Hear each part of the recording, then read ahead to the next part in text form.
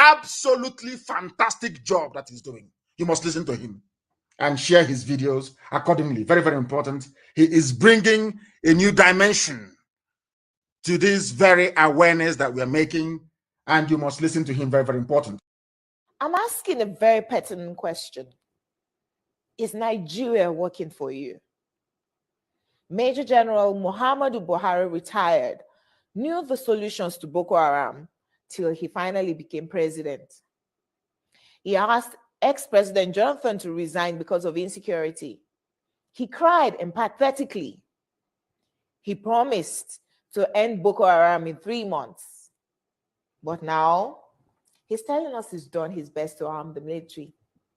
Why isn't he resigning? Governor Fashola knew the solutions to providing stable power supply till he became Minister of Power, and darkness pervaded the land. After trying hard and giving excuses like he only plays a supervisory role, the ministry was assigned to someone else. Power grid, still they collapse. The NSAS protests were tagged insurrection. In fact, someone said Aisha Yusufu ought to be in jail for instigating violence. Then farmers were beheaded in Borno. Same person asked Aisha Yusufu to lead a protest. Aren't these people supposed to forbid hypocrisy? Is Nigeria working for any Nigerian today? From leaders hoarding food for the poor, receiving kickbacks from government contracts, to farmers needing permission to go to their farms. Is Nigeria working for you? Why is Zamfara's gold for Zamfara and Niger Delta oil for Nigeria? Why is Hisba destroying alcohol, but their state governments receive federal allocation from monies received via taxation, including tax on alcoholic beverages? Why are some federal roads abandoned to bandits and kidnappers? Who is in charge of Nigeria's security? The president is talking tough this time. Most times, he's as shocked by the rest of us by the absence of good governance under him. Regardless of his campaign promises and the manifesto of his political party, Nigeria has rolled back in terms of development. From Naira continually losing its value to our recently launched locomotive trains breaking down in the middle of nowhere. Nigeria has to be working for some people, though. The government can do no wrong. To this set of people, their money isn't being stolen, even if the money is being borrowed, leaving debts for their own children to pay in future. Even if the leaders don't use public institutions, from sending their children to Ivy League schools abroad to getting medical treatment abroad, some people who have nothing and we need to donate money for their medical bills if they have a serious ailment, continue to hail the obvious lack of good governance till Nigeria happens to them. Then they get a little pissed. May Nigeria never happen to you. Say amen. We deserve better than the political class who go home with millions monthly to represent people who can't even afford to feed themselves. I am Olajumoke Alaode James. Nigeria is not working for me. Is Nigeria working for you?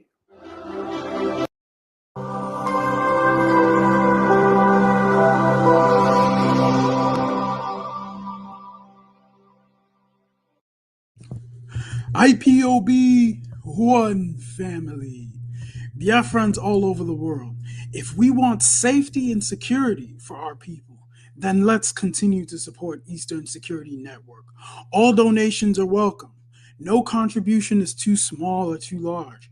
Do your part, knowing that freedom is in our hands and together we must all rise to the occasion. Go to our website to make your contribution, www.ipobinUSA.org/donate.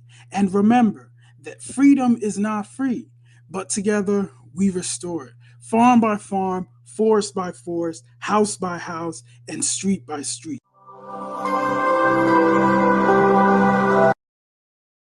Fellow Nigerian, in search of excellence, for Africa. My mission remains to create awareness, advance practical solutions, and transform mindsets via case studies.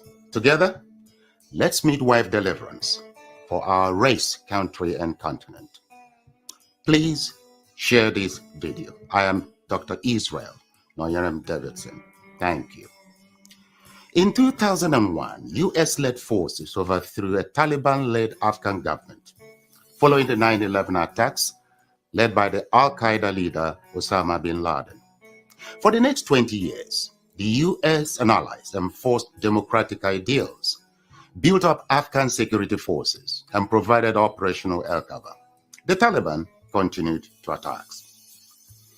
Now, eventually, under President Trump, the US promised to pull out if Taliban agreed to stop attacks and hosting terrorist groups. Today, the Taliban militants have declared Islamic Emirate of Afghanistan and overrun most of the country at lightning speed with little or no resistance from the 300,000 US trained and heavily equipped Afghan forces. US general could not believe an army could crumble at that rate. I did not, nor did anyone else, see a collapse of an army that size in 11 days. There'll be many postmortems on this topic, but right now is not that time.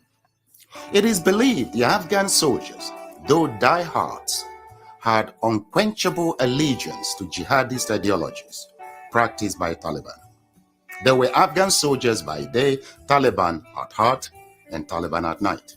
A situation some suggest currently exists in Nigeria too. So Afghanistan was simply handed over to the mullahs to govern based on their shared jihadist ideological leaning. The south and middle belt of Nigeria should wake up with urgency. The Afghan situation is cooking fast in Nigeria today. Afghanistan is number 1 on global terrorist list. Nigeria is number 3, second to Iran.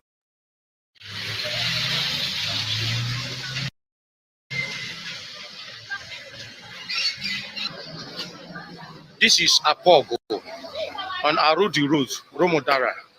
We're just informed by a team of men working that while they were cloning the drainage, they found baskets of voters' cards inside the gutter. Down here, these are the baskets of voters' cards that are here. So while they were digging up, look at voters' cards. These are people's voters' card that was buried inside the gutter. Passerbys are astonished at the level of honesty the government holds.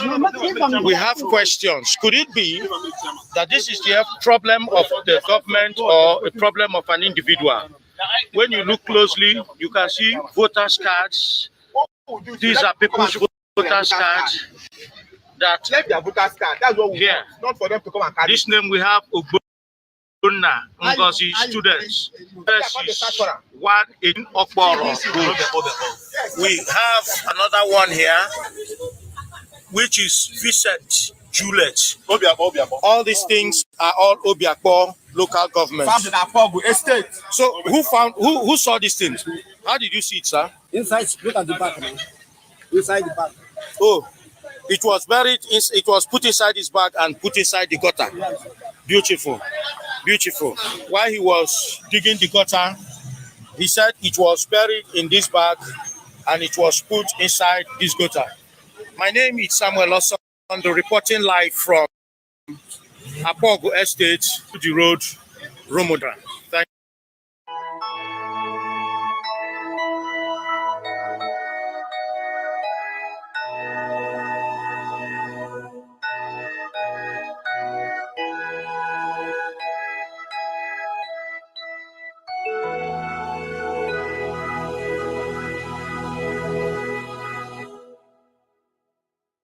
Land of the rising sun, we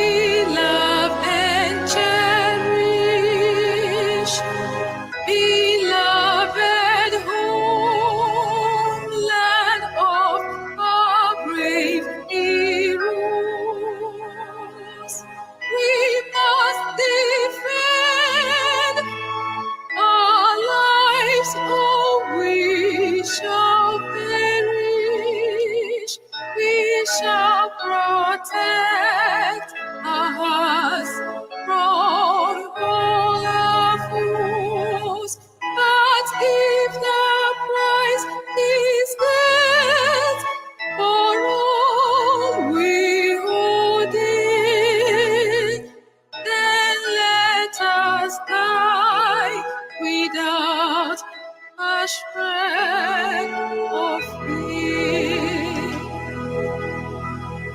Hail to Biafra, consecrated nation. Oh, fatherland, this be our solemn pledge. Defending thee shall be our dedication. Spilling our blood will count our privilege. The way God which emboldens the free shall always be a flag of liberty.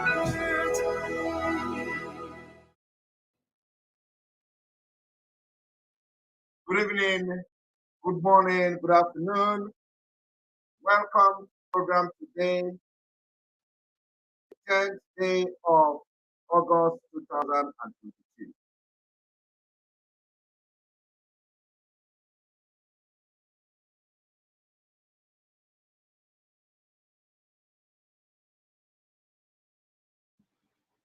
I want to inform you all viewers today that you are watching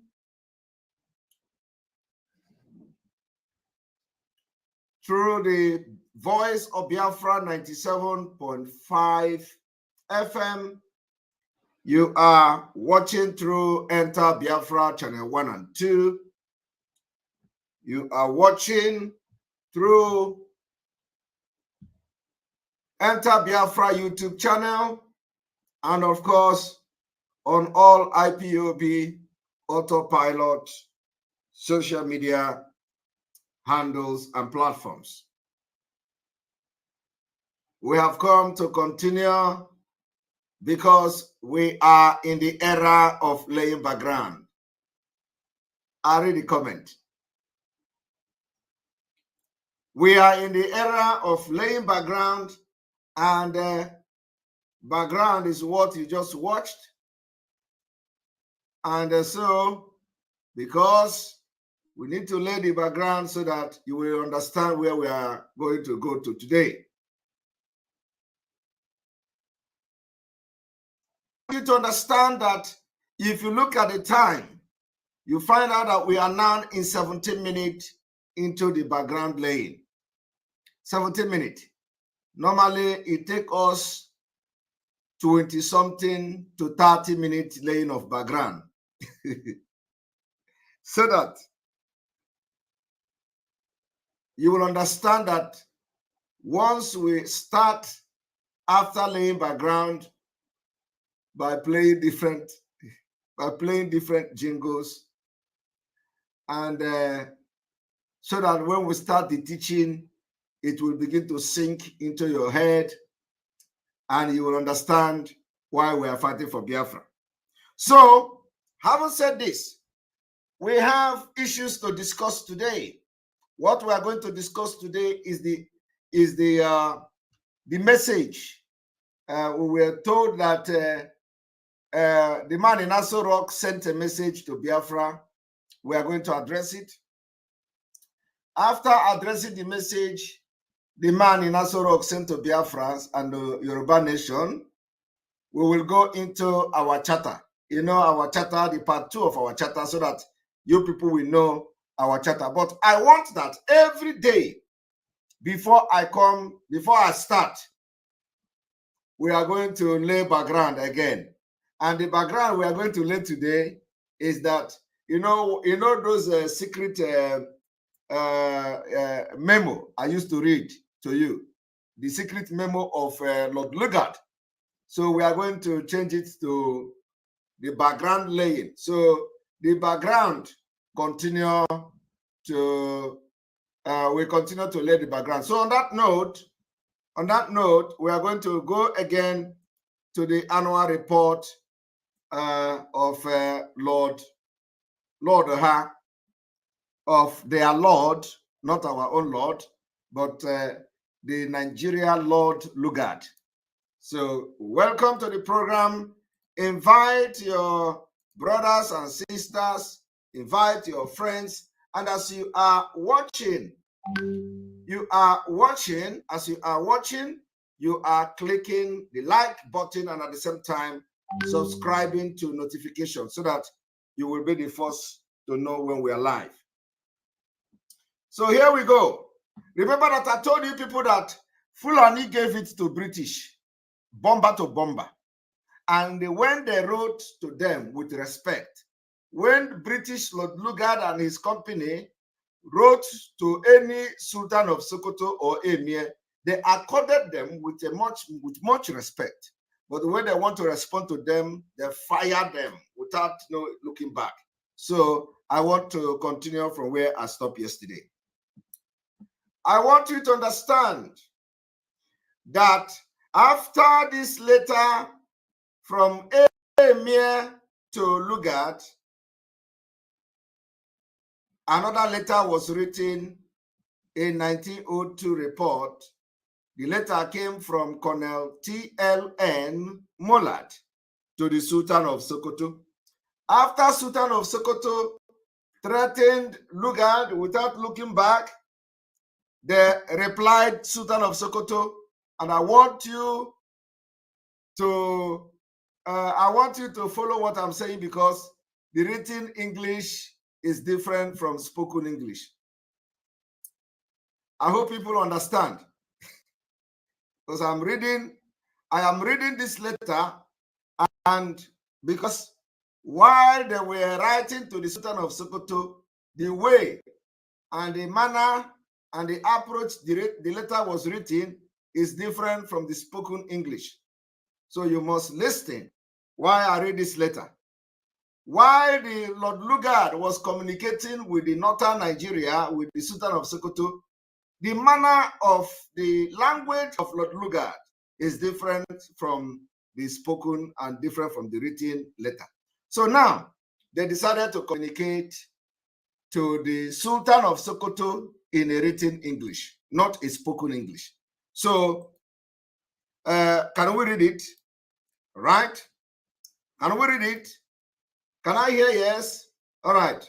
So we have been able to establish that written English is different from spoken English. So the letter read, in the name of God, because when you speak in the, it is not the name of God. You can say in the name of Satan instead of in the name of God. In the name of God, blessing and the peace on the prophet, the exalted. I want you to listen to the manner British is writing this thing, it's really proving that the spoken English is different from written English. So now, in the name of God, blessing and peace on the prophet, the exalted. From Mollard, the representative of the High Commissioner, Governor Lugard, salutation, peace, contentment, and increasing honor to the Prince of the Believers, Atahiru Emir el-Muslimin. Do you see that the kind of accolade, the kind of respect they accord to the Sultan and Fulanis when they write them? After salutation, upon all the sort, Sultan of Sokoto gave them. Upon all the threat, Sultan of Sokoto gave them. When they want to write to him, they are called a very big respect. Respect did not end till today. That respect is the reason why when Elizabeth will visit Nigeria, he will first of all go to Sokoto. That respect is the reason why Prince Charles will visit Nigeria. And the first place he will go is to go and visit the Sokoto. It has not changed. We will change it in 2023. After the salutation, know that the cause of our fighting with Aliyu is that Aliyu received with honor Magaji, the murderer of white man, when he came to know, and that he also sought war between us. So the reason why British, under the leadership of Lugard, fought a man called Magaji and he chased him away was because he killed a white man. Do you understand? He killed a white man. Today, Biafrans are being killed in their hundreds. Do you see the reason why we are going to fight ruthlessly? White men value their own life. That one white man was killed. For that reason, Lord Lugard sent the army to go and chase Magaji out of his own kingdom and took over the kingdom. Why today? British back Fulani and they are murdering our people, killing our women and children, butchering them, chopping off their heads, and you think we are fools? You think we are idiots? We have come to end it. We have come to end Nigeria. And let me tell you, we will end Nigeria next year, 2023. It does not matter what it takes us. We're going to end it. We will burn Nigeria down. For those two reasons, we fought him and now sitting in his house. Because he killed a white man with him, took over his house, and now we are sitting in his house. Biafra people, because Fulani have killed our people in Nigeria, and not to keep Nigeria one, but rather to take over Nigeria, we are going to fight and liberate our land. And let me tell you, instead Biafra will not come next year. We will burn Nigeria down. I am telling you, if we don't get our freedom from these killers, we are going to burn down Nigeria. Take this voice to anywhere. It is a fight to finish. If by next year, by the end of next year, and the referendum or the state, independent state of Biafra is not on the table, we will burn down Nigeria.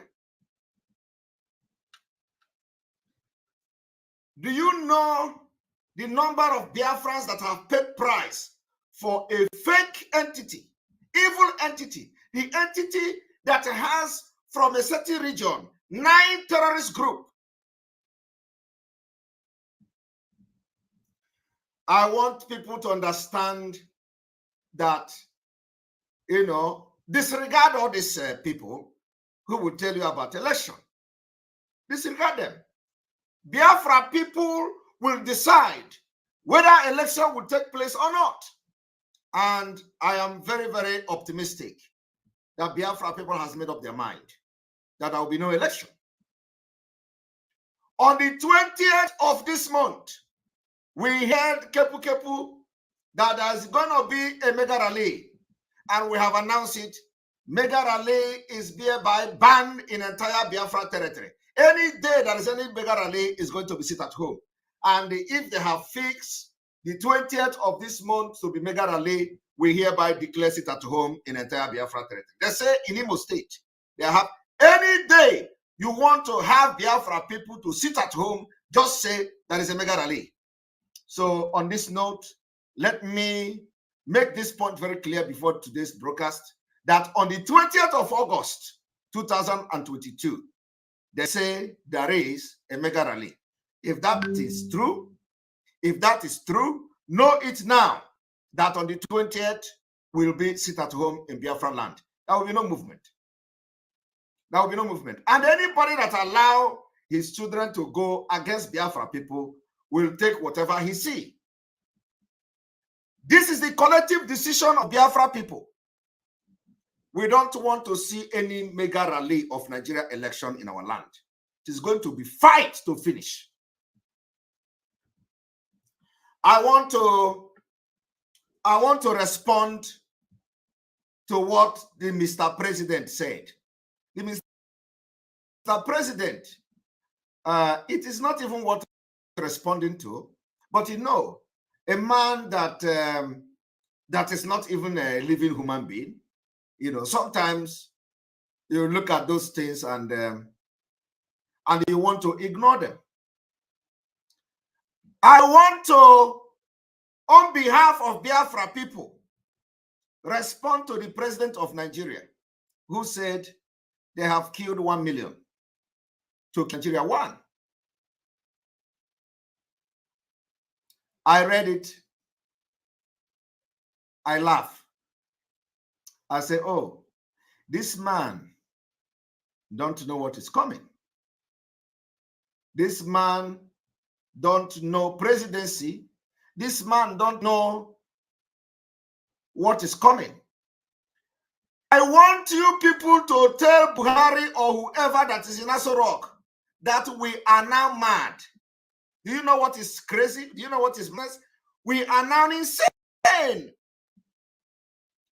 That madness of Fulani carrying AK-47, kill people in Nigeria, we have emulated them. But our own is different. Our own is that the madness we have emulated is to get our freedom. It is not for any religious coronation. It is not for any jihad. It is not for any taking over and converting people to a religion that they don't want to be part of. No. But we have now emulated this particular bravery, and the craziness to get our own freedom. And it is going to happen. And you are going to see how brutal and ruthless we are going to fight. We will fight you. So Buhari, or the Nigeria, it does not matter how many millions you have killed. Yes, you are killed. You have killed our people. And you are bragging about it. And the people you killed, those who survived your genocide, has given birth to us. And I am one of them. And you will see that we can never forgive you. Tell Buhari or whoever that is talking from that Aso Rock that we, the Biafra people, will never, till the end of the world, forget the killings and the genocide you committed against our people. How our children were dying in the street. You see, this time around, we will fight you with bare hand. We will strangle all of you with bare hand to get our freedom. You know, because we do not have the billions of dollars they have. We do not have aeroplane. We do not have the military. But let me tell you, we have men who are also part of your military. And they're going to fight alongside with us. What we are telling you is that enough is enough. So before I want to read that particular statement coming from the president, and then I'm going to respond with evidences why Biafra people must come and make sure no electoral activity, no action, no nothing like that will take place in Biafra territory. For us to start to tell them how prepared we are.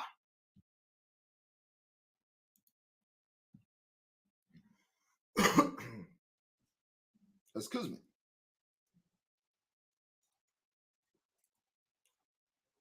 They say, Buhari, a dead man walking, send a new message to Biafra Yoruba Nation agitators. August 10, this was yesterday, of course, but today it was on news. They say that Buhari on Tuesday, August 9th, addressed separatist movement, passing the message that Nigeria will remain one nation. This man don't know that we have already picking up arms for our freedom. This man don't know that we are now arming ourselves to fight to finish. This man don't even know that we are picking up arms and we are actually arming ourselves to protect our land and fight for our freedom. He is not getting the message. This man is not getting the message that we are ready to burn down Nigeria for Biafra to be free. This man don't understand that to get people, he bragging that he killed 1 million people to keep Nigeria. I want you people to listen to this. Speaking at the State House, Abuja, while receiving in audience former state chairman of the defunct Congress for Progress, CPC, this President Buhari said the country must not go to war again in the name of agitation for secession. I want you to understand, who do you think Buhari was referring to? Who do you think? Who do you think Buhari or the man in Aso Rock was referring to? You think he was referring to other gossipers who have made Simon Ekpa their own Biafra? No.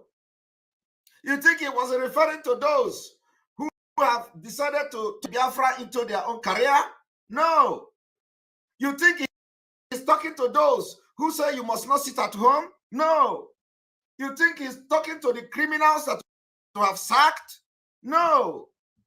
You think he's talking to those who mention names of our commanders on Radio Biafra for the United States to kill them? No. The man is talking to a proud autopilot. Somebody say I should stop calling him Buhari. No, I am addressing exactly the way his name is written, so that the international community will know who I'm talking about.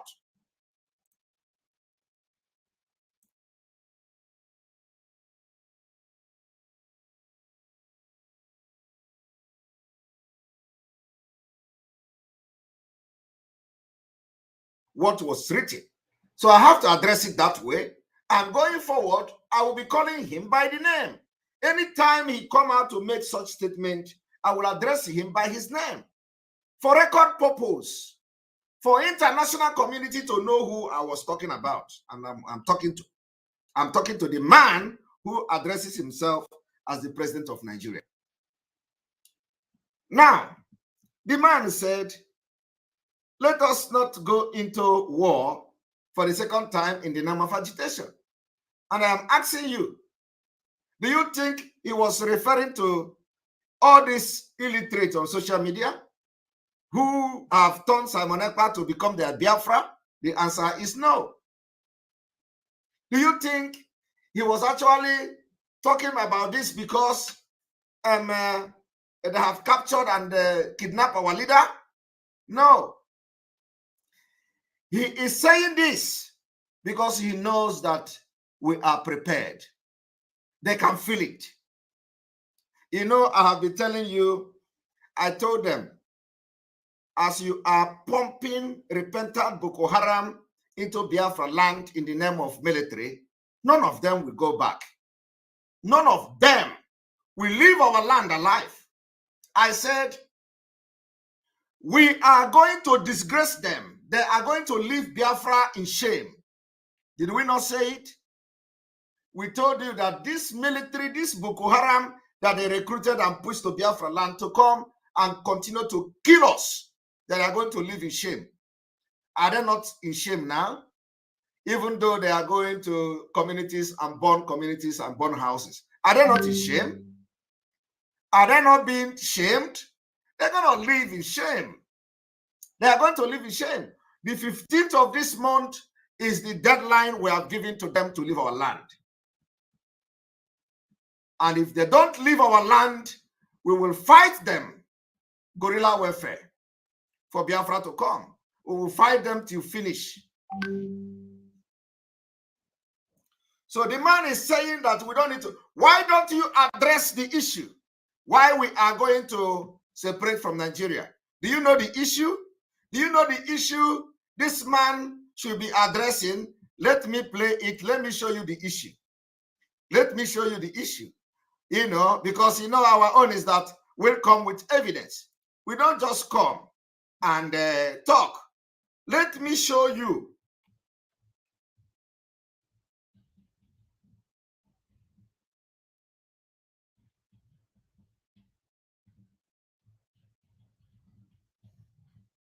Let me show you. You see, I want you to listen to the reason why we are going to fight them, either in guerrilla warfare or either a complete war, if Biafra did not come next year. I want you to listen, because we come with evidences and give you the reason why something must happen. Now listen. You have President Northwest Muslim. You have Senate President Northeast Muslim. You have President Northwest Muslim. You have Senate President Northeast Muslim. You have INEC Chairperson Northwest Muslim. You have INEC Chairperson Northwest Muslim. You have Speaker of the House of Representatives Southwest Muslim. Speaker of House of Representatives Southwest Muslim. You have Chief of Air Staff Northeast Muslim. You have Chief of Air Staff Northeast Muslim. Minister of Defense Muslim. Minister of Defense Muslim. North. Chief of Army Staff Northeast Muslim. Chief of Army Staff Northeast Muslim. Inspector General of Police North Central Muslim. Inspector General of Police North Central Muslim. National Security Advisor Northeast Muslim. National Security Advisor Northeast Muslim. National Intelligence Agency Muslim North. Director Chief Muslim North. Chief of Army Staff Northeast Muslim. Inspector General of Police North Central Muslim. National Security Advisor Northeast Muslim. Director National Intelligence Agency Muslim North. The Director National Intelligence Agency Northeast Muslim, or at least from the north, and is a Muslim. Director General SSS Northwest Muslim. Director General SSS Northwest Muslim. Comptroller General of Immigration Northwest Muslim. Comptroller General of Immigration Northwest Muslim. Comptroller General of Customs North Muslim. Controller General of Custom, not Muslim. Controller General of Civil Defense, Muslim not. Controller General of Civil Defense, Muslim not. Controller General of Nigeria Immigration Prison Service, Muslim not. Controller General of Nigeria Immigration and Prison Service, Muslim not. Acting Chairman of EFCC, Northeast Muslim. Acting Chairman of EFCC, Northeast Muslim. Chief Justice of the Federation, Northeast Muslim. Chief Justice of the Federation, Northeast Muslim. Code of Conduct Head, Muslim, Northeast. Code of Conduct Head, Northeast Muslim. Managing Director, Port Authority, Northwest Muslim. Managing Director, Port Authority, Northwest Muslim. Nimasa, not Muslim. Nimasa, not Muslim. NNPC Managing Director, Northeast Muslim. NNPC Managing Director, not Muslim. Minister of Education, Northeast Muslim. Minister of Education, Northeast Muslim. National University Commission, Northwest Muslim. National University Commission, Northwest Muslim. JAM, Southwest Muslim. JAM, Southwest Muslim. And so on and so forth. And so on and so forth. And you dare tell me that we are going to be one come 2023? You dare tell me that you are going to be a country in 2023? You dare tell me that you are not already in Islamic nation? Let me tell you, my people, we will fight these people to the last drop of our blood. And we will liberate ourselves next year. If Biafra do not come, we are going to destroy Nigeria. We'll burn Nigeria down. That is why when I listen to them, they come and they say, Obi, Obi tererete and Obi that. I want to tell you, any day there is anybody coming to do rally in Biafra land, you know what to do. If you think that they have borne you well, go to Biafra and challenge them. We are already in Islamic nation. That is the reason why they are going to, the terrorists will attack Abuja. Nobody will be arrested. That is why they will attack the president to give you Takia. Nobody will be arrested. That is why Hopus Odima will be used to kill people in Biafra land. Nobody will be arrested. That is why some of the idiots, Ebubago, they recruited Fulani into Ebubago in our own land. We told them they will all go down. All of them. I want you to listen and pay attention how Nigeria have, collapsed. This is coming from a pastor, and this is a pastor who was praying for Obi. Now tell me, how can they have all these people in a very strategic position, and you think they are going to allow anybody to win? Now, I want you to listen to this.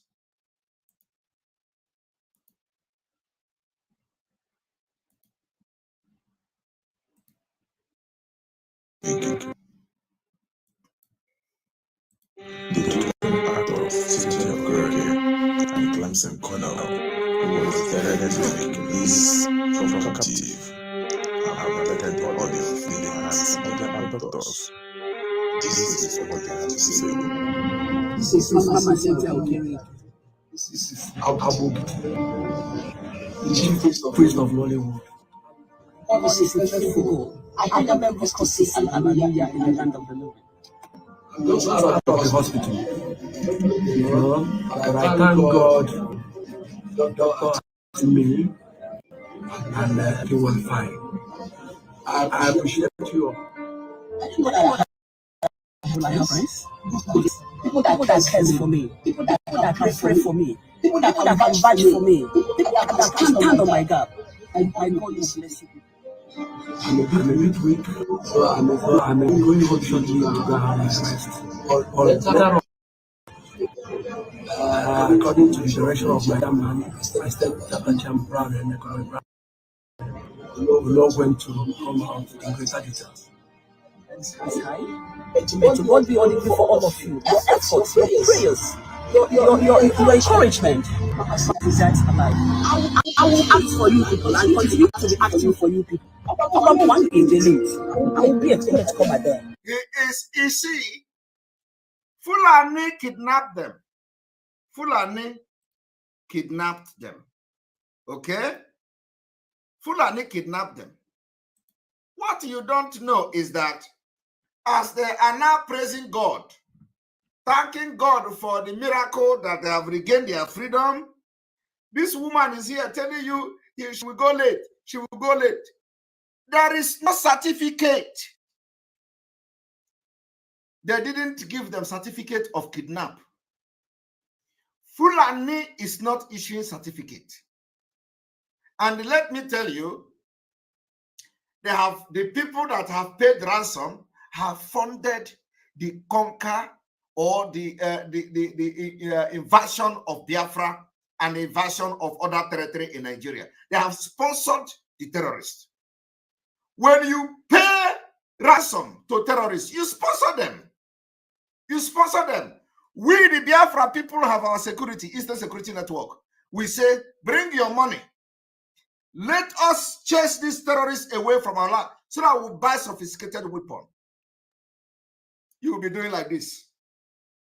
They kidnap you, you give them millions. And they use the millions to buy more sophisticated weapon to attack our land. You are funding them. Yet, you talk about Nigeria. All of them that are coming here on social media to thank God can be kidnapped the next minute. Fulani can re-kidnap them again because there is no certificate. Nobody issued them certificate. That when you meet another Fulani, you will present your certificate. I was kidnapped last week. Oh, this is my certificate. I paid 30 million.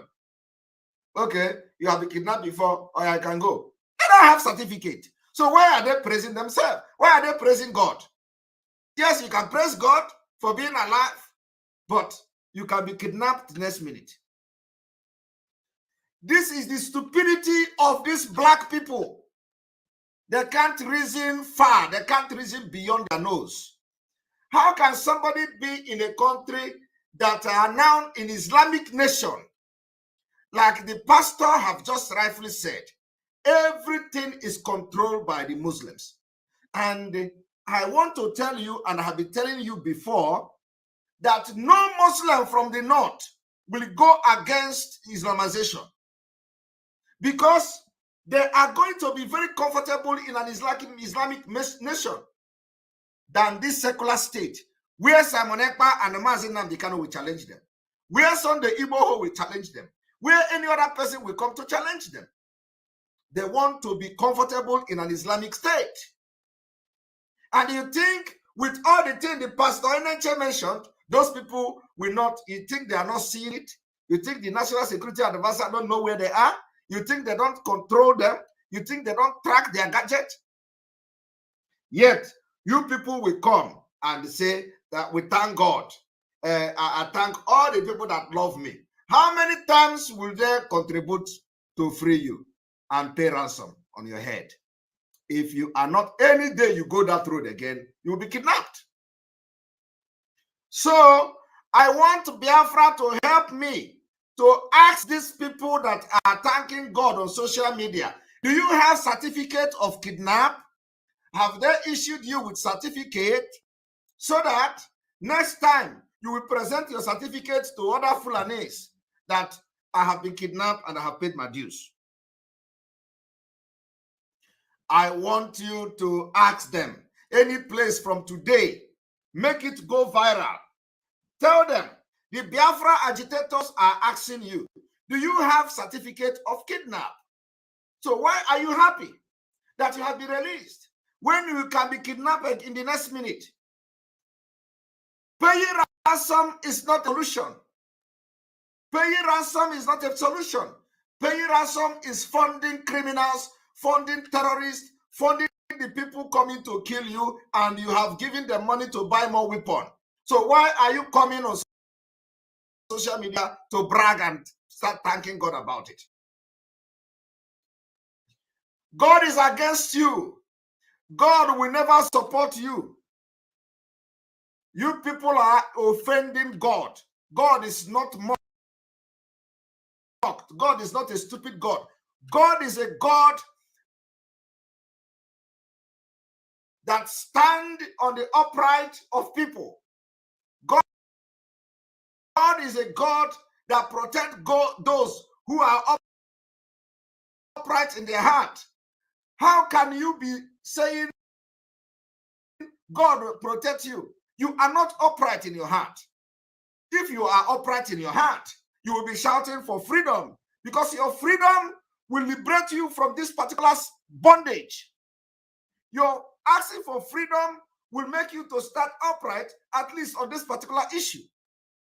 But you are not upright in your heart. You are not upright. That is why you know that you can be kidnapped in the next minute, and then you come and start attacking God in the public. God is not a stupid God. God is not a stupid God. So you can only be upright after you have paid the ransom and you come to say, oh my God, Nigeria is gone. I don't want to be part of this country again. I want to support the people that are fighting for freedom so that we can go our way. At least, if we have this situation, we know how to solve it. But you can't do that. You still come and start bragging. You have friends. Your friends will be, so long as you don't support Biafra and this particular Nigeria continue to exist till next year, all of you will be victim of kidnapping, because other people that are kidnapping are human beings. All of you will be victim of Fulani kidnapping. You will be paying the ransom to them until you realize that you must be upright in what you are doing and support your local security outfit called ESN that we have created, and people are volunteering themselves to fight for your own freedom. And you are there fighting for one Nigeria. God will make them kidnap you the 20th time. You will pay ransom, and some of you will not make it alive. I am telling you, the fire has beginning to come. We will be releasing this fire, and it will be burning. You come on social media and bring video, and start thanking God. Everybody who contribute. Why people, you are koro eyes, funding criminals, funding terrorism. You contribute money and give them. They kidnap you. They buy more weapons. So what are you doing? You contribute to your own debt. You contribute to your own invasion, for them to invade your land. I want to say it very clearly that if you are a victim of Fulani kidnap, and you pay ransom and they release you, don't celebrate. There is no certificate. You can only celebrate when they start issuing certificate, and then you will say, you will beat your chest and thank people who paid money for your certificate that you have graduated from being kidnapped. So that any day you meet them on the road and they will be saying, come, you there this way, you this woman that way, and you'll be telling them, I have a certificate, I'll be kidnapped. You present your certificate, they will let you go.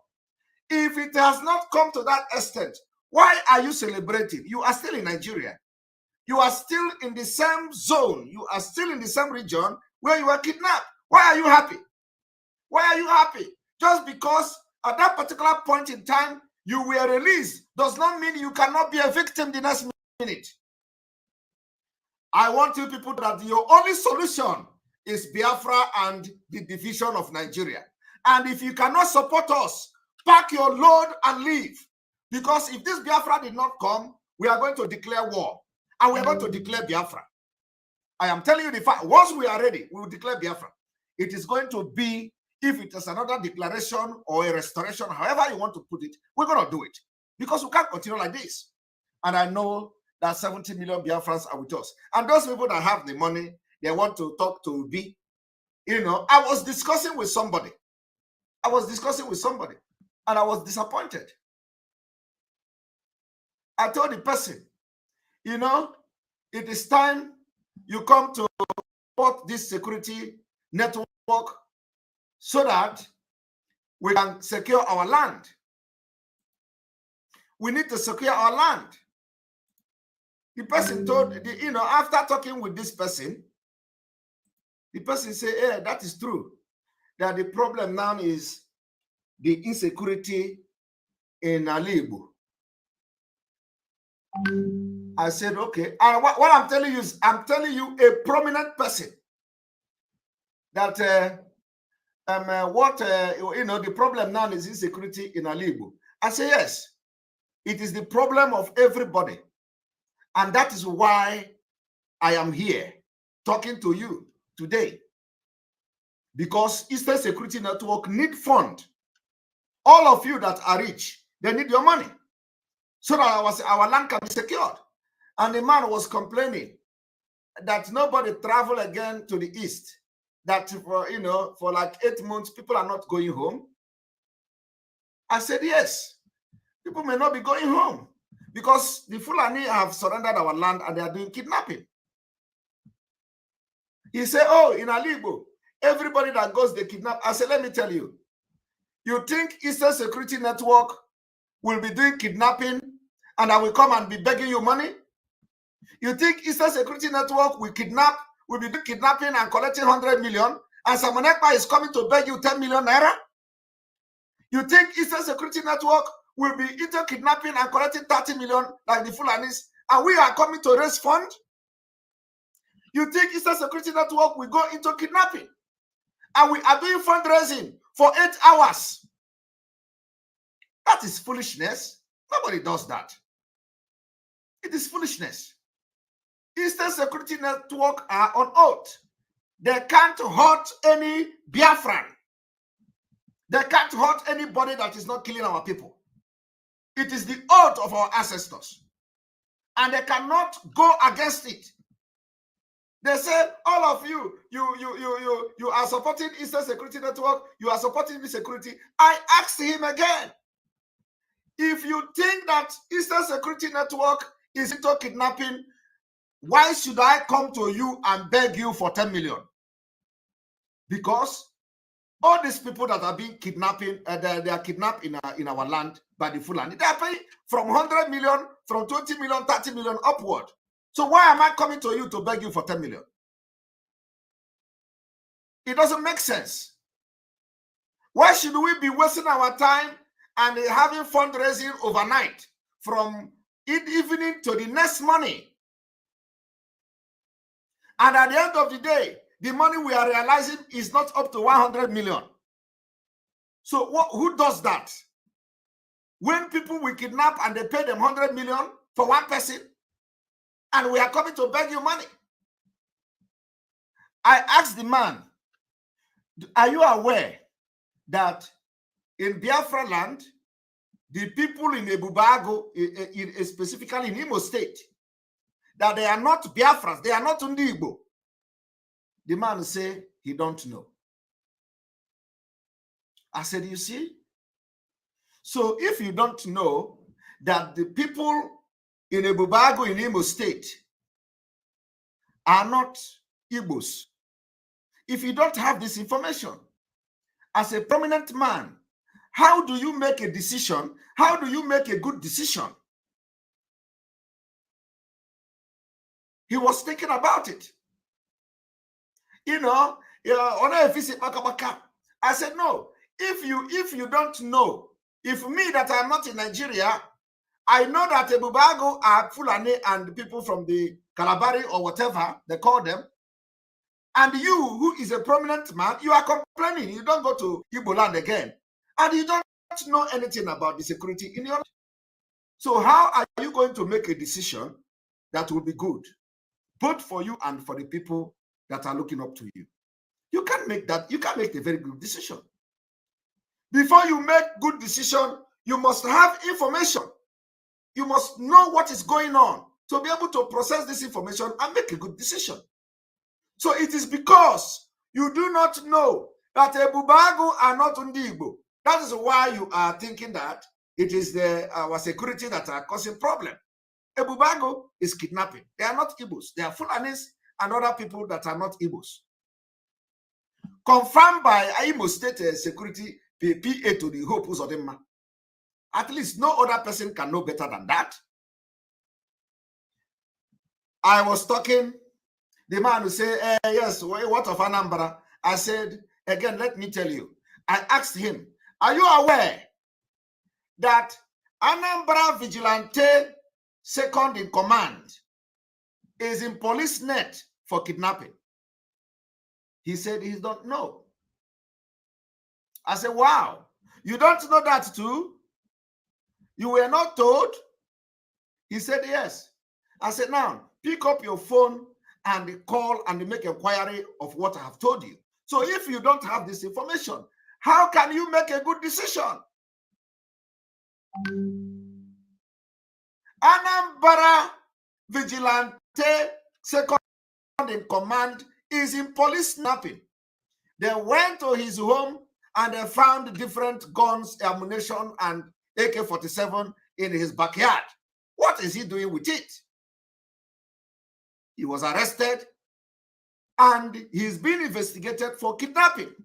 Soludo did not make any statement on that. So go and ask people in Anambra, is what I'm telling you now true? Is it true or false? He don't know. So you see the problem. So if you don't know all these things, how can you now make a decision that will affect your people positively? You cannot. He begin to talk about Obi. He begin to talk about the kidnapping. So you see, people are misinformed. That is why you need to know all these things I am saying here today. Because without this, you can never know what to do. So ask yourself, if you are a victim of kidnap, have you collected certificate? If ESN is involved in any criminality of kidnapping or whatever, we will not waste our time to come to you and beg you money. We will not waste our time to raise funds for 12 hours. We will not waste our time cracking brain and creating group here and there. Contribute $1, contribute $2. We don't do that. Because you know,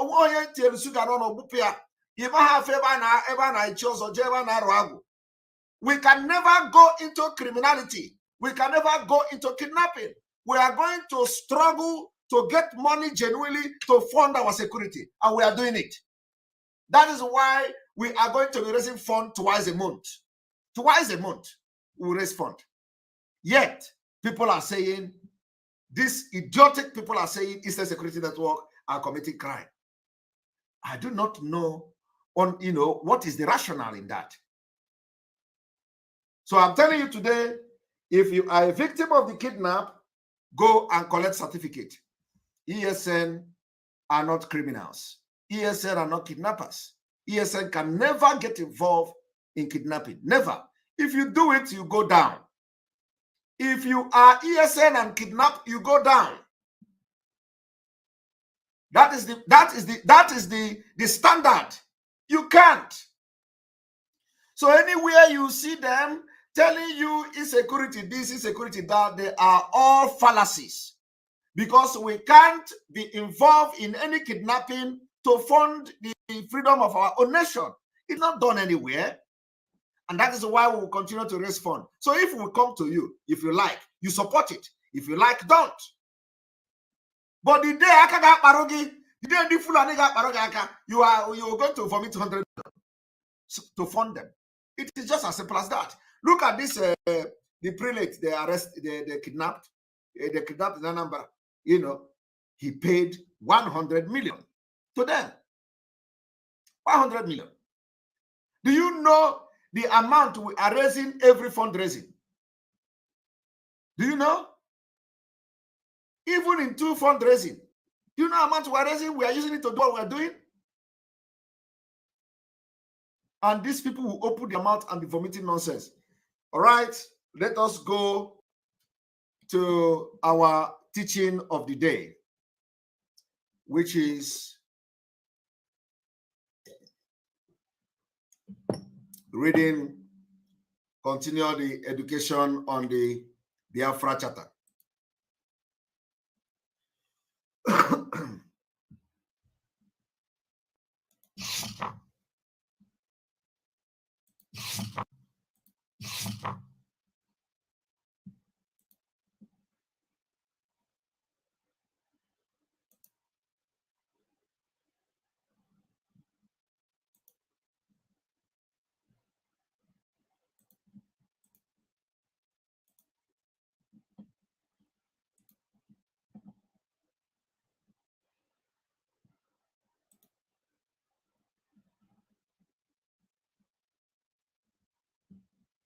All right.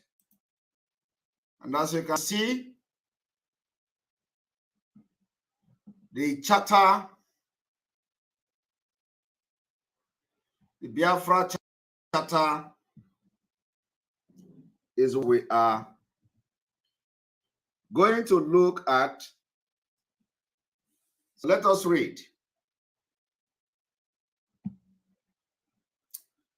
Let us read. Article 2, Article 1 of the Biafra Charter. I want you to know, I've just given you an example why we are going to leave Nigeria next year. Nothing is going to stop it. Nothing. The structure and the powers of the government of Biafra. Section 1, legislative. Section 1, the People Council. There shall be People Council made up of Biafran, which shall have the powers as enumerated. The power to establish and emit currency. The power to levy taxes.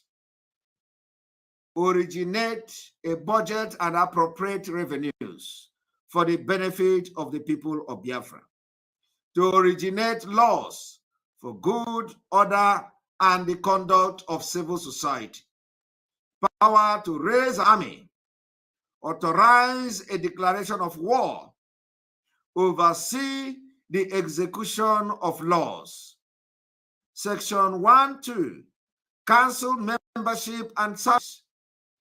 Power The People Council shall have membership from all levels of Biafra society, where each person who shall be at least the age of the majority 18 shall be elected by his or her community to represent the community. Each member of the People Council shall serve a term of 3 years for no more than 3 terms. The People Council shall define its rules of procedures. During the period of transition, the membership of the People's Council shall encompass members from the diaspora and individuals from the territory of Biafra, with a total of 150 members who shall serve as councillors at large representing Biafran citizens. No councillor shall receive compensation except as provided by the provisional government, and no payment shall be lawful from any other source, either directly or indirectly. When a councillor shall seek the support of the citizen to take and hold office, no payment shall exchange hands between the citizen and the councillor in any manner for the purpose of conducting a campaign to promote or advertise one candidacy. The provisional government of Biafra shall be the sole source of campaign finance, whose fund shall be distributed equally among qualifying candidates. Section 1.3. The Nation's Chamber. There shall be a nation chamber comprised of the thoughtful and judicious persons elected from their communities for their wisdom and their character in society, with the powers as enumerated, to advise and consent on the appointment of the members of the judiciary and the ministry, oversight of the People's Council, judiciary, and the ministerial arms of the government, staggered term of 6 years, ratification of treaties with foreign powers, authorization for the establishment of embassies and the consulate information offices. Section 1.4, Nations Chamber membership and service. The Nation Chamber shall have membership from all levels of Biafra society, where each person shall be recognized and respected elder with demonstrated wisdom and good character, and who shall be well informed as to the necessary requirement for serving the peoples of Biafra. Each member of the Nation's Chamber shall serve a term of 6 years, except for 2/3 of those serving in the first section. 1/3 of the Nation's Chamber shall be elected in the first section for 2-year term. 1/3 shall be elected for a 4-year term, and 1/3 shall be elected for a 6-year term. After the conclusion of the first 2-year term, election shall be held for those seats that shall have concluded, and the winning candidate shall hold their seat for a 6-year term thereafter. After the conclusion of the first 4-year term, elections shall be held for those seats that shall have concluded, and the winning candidate shall hold their seat for a 6-year term thereafter. Finally, At the conclusion of the first 6-year term, election shall be held for those seats that shall have concluded, and the winning candidate shall hold their seat for a 6-year term thereafter. Each member of nation chambers shall serve no more than 2 consecutive terms of 6 years each. During the period of transition, the membership of the nation chamber shall include members from the diaspora and individuals serving citizens within the Biafra territory with a total of 8 members.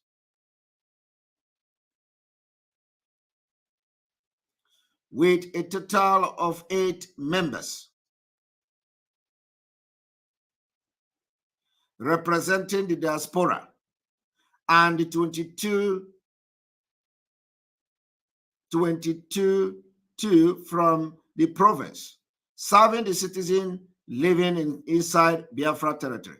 During the transition, the nation chamber shall convene its session at location adjudged feasible and secure.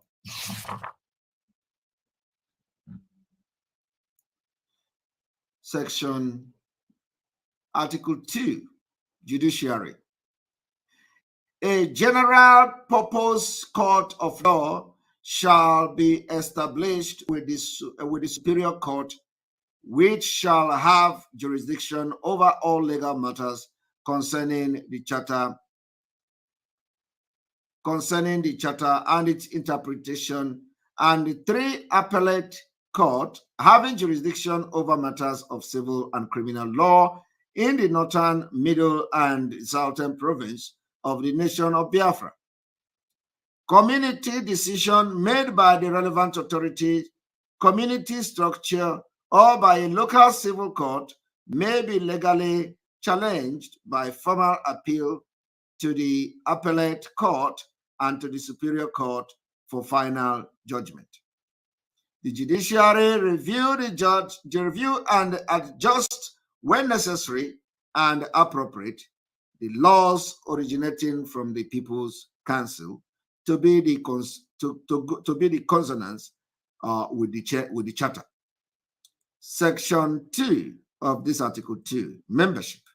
There shall be 7 members serving the Superior Court appointed as a result of nomination by the People's Council and subject to approval and ratification by 2/5 of the membership of the nation's charter of the nation's chamber, with the same requirement for filing vacant judiciary seat. Where the judiciary position are required, they shall be created by the authority and decision of the nation's chamber and the People's Council. The judiciary shall define and determine its rules of procedures.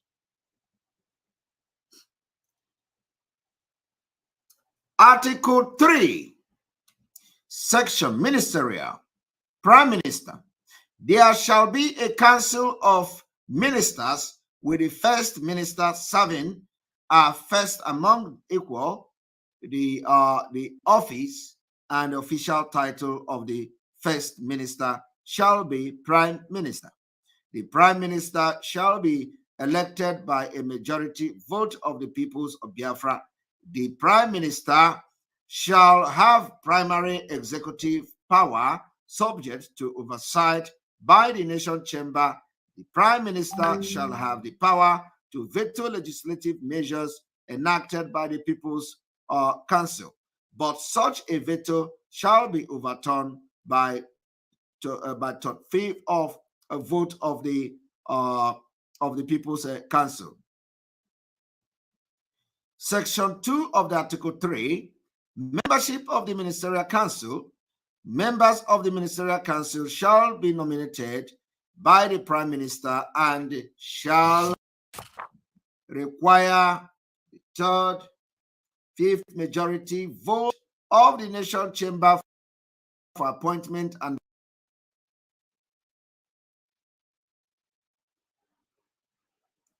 Section 3 of the Article 3, ministerial post.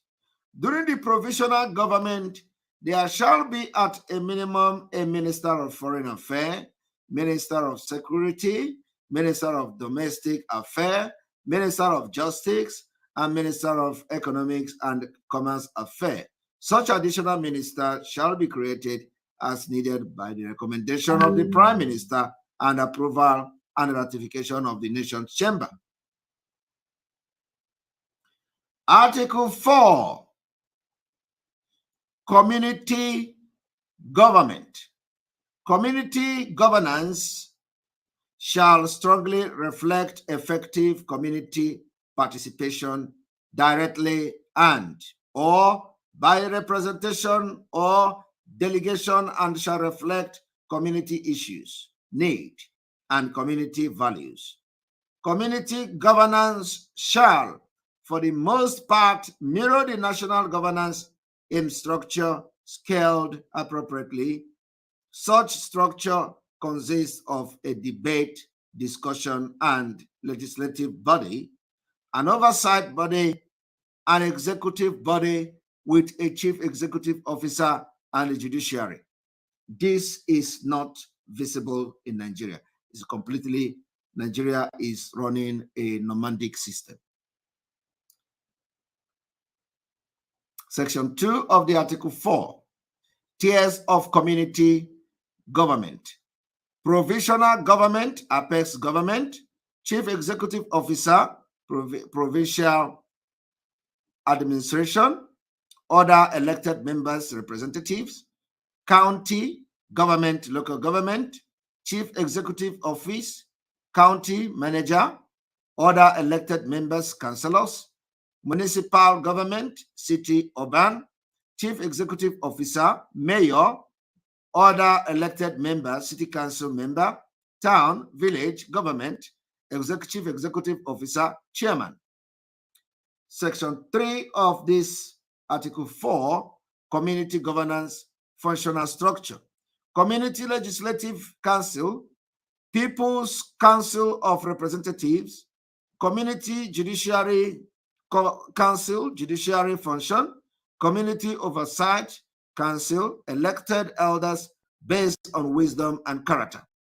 When you look at the Charter of Biafra, you'll find out that even the Charter itself has solved almost the problem Nigeria have created, because with the involvement and engagement of the people of Biafra in the affairs of the governance, you have solved all problems. And that is what this Charter have done. Even though the Charter may not be 100% complete, as you all know, it is subject to amendment. But I'm telling you, with what you have just heard so far, you find out that there is an engagement. The Charter is, targeting, engaging every Biafran citizen in governance. And with that, you get involved. Everybody is getting involved. Let us continue. The Community Executive Council, with a chief executive officer elected by the people. Section 4, powers of community government. Communities may not make laws contrary to the Biafra Charter. And then by tomorrow, we go to Article 5. All representative membership of the government in Biafra shall be by open ballot election by the people. These are all subject to amendment. Tomorrow we will start the declaration of 9 basic laws. We need to be making this very, very short so that, all of you will be carried along, okay? So that all of you will be carried along. We don't want to be having many hours of broadcast going forward because of the time we are into now. So going forward, we'll be trying to make sure we have our broadcast as short as possible. The basic laws, we will continue that tomorrow. Remember that each time we come to have this particular, to take you on a journey of the Biafra Charter, I have to make, lay background. Okay? I have to lay background. So I'm laying background. And the background I've laid is, I've laid the background of reading the message of Buhari to Biafra, and I laid the background of making sure you have your kidnapping certificate. I have to lay the background to making sure, that, to tell them that we are going to burn Nigeria down if we don't get our freedom. Well, it is the Biafra or everything will destroy it. It is war. So, and let me tell you, I don't think like every other person, Nigeria can't stand war now. We know that what they are doing now is to bring all these terrorists to come and fight the war for them. So I'm telling you, Nigeria cannot stand war. And a lot of scholars have, shared this opinion with me. A lot of scholars share the opinion with me. Nigeria can't stand war. If any war break out now, everybody will mind their business. You will answer your father's name. Okechukwu will answer Okechukwu. Adewale will answer Adewale. Ibrahim will answer Ibrahim. I am telling you the fact. So nobody is ready to come and start fighting for a failed Nigeria, a disappointment country, the entity, the evil entity that is over, that has expired many years ago. So anybody that say what we are doing is not all right should go back to where their country, when their country didn't get independent. Everybody in Europe, they fought for their own freedom. America fought their own freedom. We are ready to fight our own now. This time around, we are going to fight. And we're not going to look anything. We will fight and fight very well. So if you are part of the Nigeria army in Biafra land and you have come to kill us to keep one Nigeria, you are going to be dead. We will come after you. If what you have come to do in Biafra land is to fight, to think you can suppress us with guns and bullets, we will bring you down. Go and mark it. All of you in Biafra land, all the military in Biafra land, that all they do is to come and kill our women with guns, thinking that when you kill us, we are going to stop for our freedom. We are going to bring you down. You can't stop us. I am telling you, people have died. You have killed us in the 70s, in the 60s, during the Biafra war. It is not enough. You continue to kill us. Just within these 2 years, you have killed in Imo State. You have wiped out villages. It didn't stop us. And if you think you are going to stop us, you are just a joker. You are just a joker. All of you from the 15th of this month, if you do not leave our land, it is not like if you don't leave our land, we are going to come for you. And it is called the fight to liberate Biafra. The liberation fight will start very, very soon. And of course, we will continue to call you, those of you who claim you are rich in Biafra land, we will continue to reach out to you for you to fund your own freedom. Forget about Obi. Obi can never, ever conduct rally in Biafra land. And I want to tell you people, when they say Igbo people are not supporting Obi, or Igbo people are Obi problem, Obi himself said, don't vote me because I am Igbo man. Obi himself said, do not support me because I am Igbo man. So why are people who are ignorantly following Obi say Igbo people are Obi problem, when Obi do not even recognize Igbo? Is that not juju? Not the juju be that? Is that not stupid? Obi himself don't see himself as an Igbo man. Obi don't recognize Igbo. And I saw some video of this idiot, or this tout, but to pack tout, the video they are sharing on social media. Everybody is supporting Obi. Everyone is supporting Obi. The problem of Obi or is Igbo. Why wouldn't Igbo be problem of Obi? Did you see Igbo send Obi to go and contest election? Did you send Obi? Biafra, did you send Obi? Why wouldn't Igbo be problem of Obi? Igbo didn't send Obi. So Obi will continue to be our enemy because we didn't send him. If we send him, we will support him. If we want one Nigeria, we will support him. You don't need to tell me. But we don't want one Nigeria.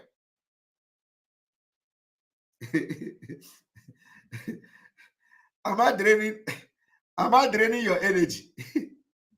Are you feeling the shock? Who said I'm who said I'm draining his energy?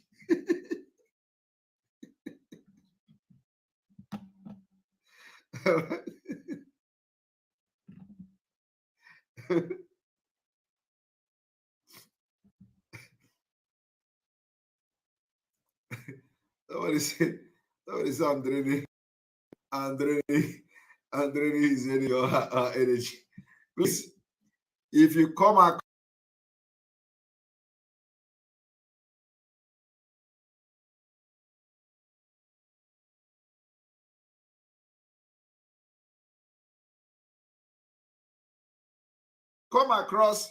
if you come across from today, if you come across where they tell you that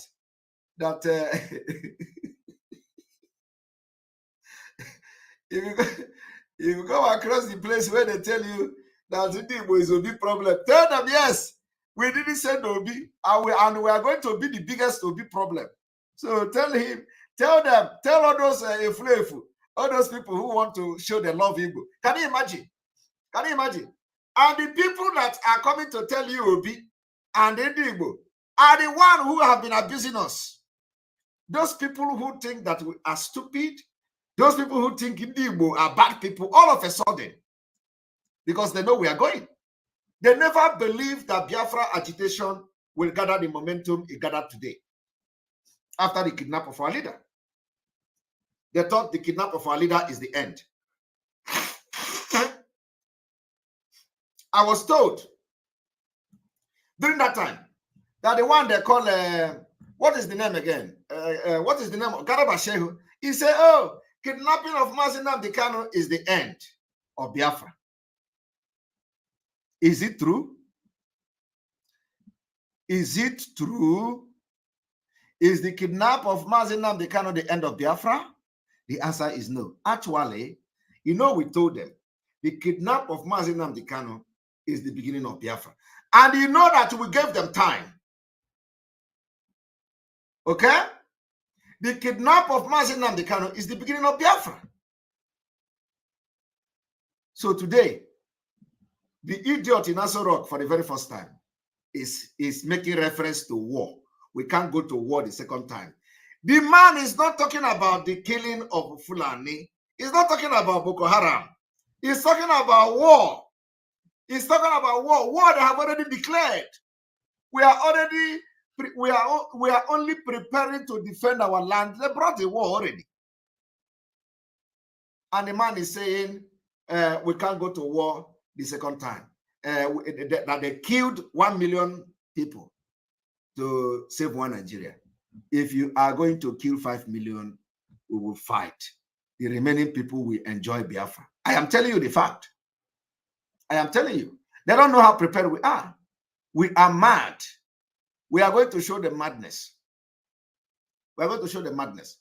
And after this particular war, whether it is going to be Aswakanono Ebapo, after this particular Biafra we are going to fight, the world will shake head and say, indeed, Biafra people are brave. Go and mark it. After the way we are going to fight Nigeria, the world will shake head that indeed Biafra people are brave. In fact, let me tell you even, with this agitation and this awareness we are creating now, the world will shake head that Biafra have people that have balls. And Simon Ekpa is one of them.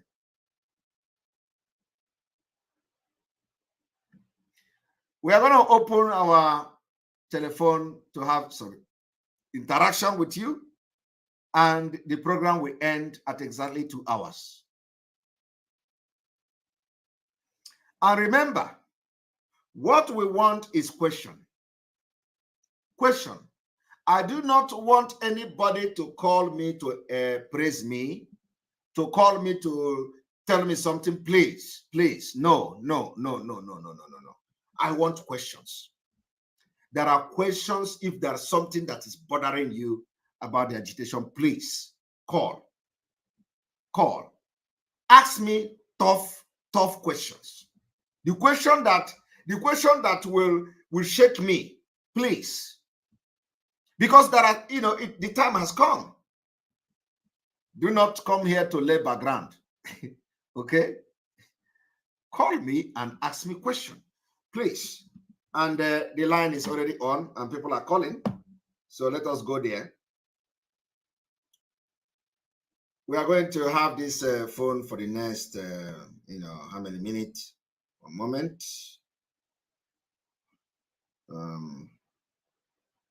Where is it? Bluetooth.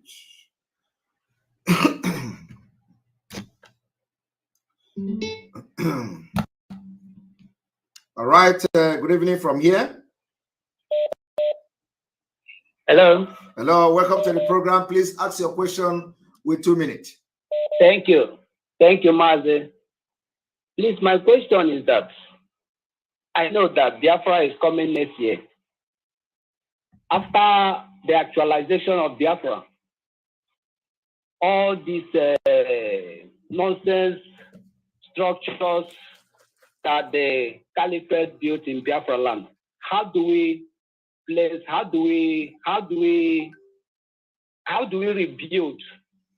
I know we are going to burn down everything and rebuild. I just want to give us more light. How do we rebuild? We are going to have we have what we call prototype. Biafra, okay. We are going to build Biafra. You are not going to see dust. Okay. You see, we want Biafra to be like Europe. Okay. Sure. We want sure. Biafra. We sure. want Biafra. We have prototype. What if you see the prototype, you are going to you'll be dreaming every night. I am telling you the fact. You will be dreaming every night. And there is something I would want to. I know some of you may have seen one of the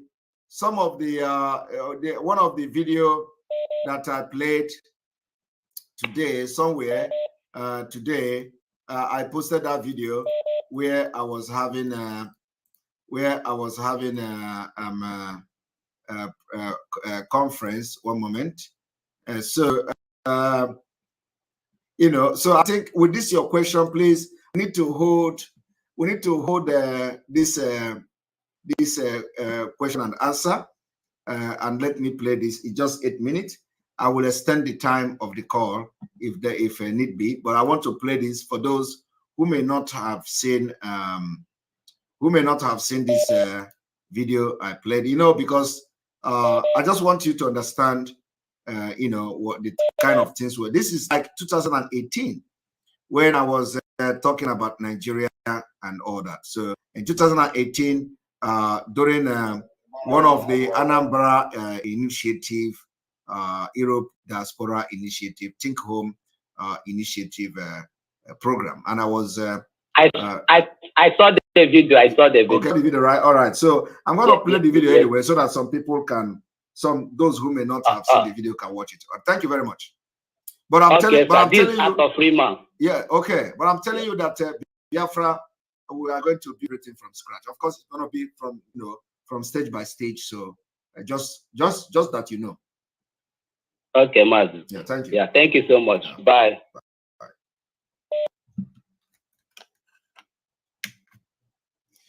Please, those people calling should stop calling. Let me play this video. Thank you. People should stop calling. Let me play this video. Can you stop calling? Let me play this video.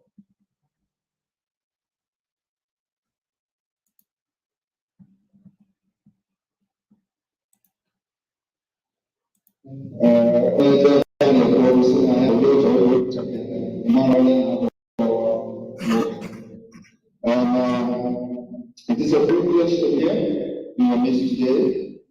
We are business leaders and businessmen gathered, and I'm privileged to be amongst you today. to discuss business opportunities, especially in the southeast of Nigeria. We have so many southeast of Nigeria, and how do we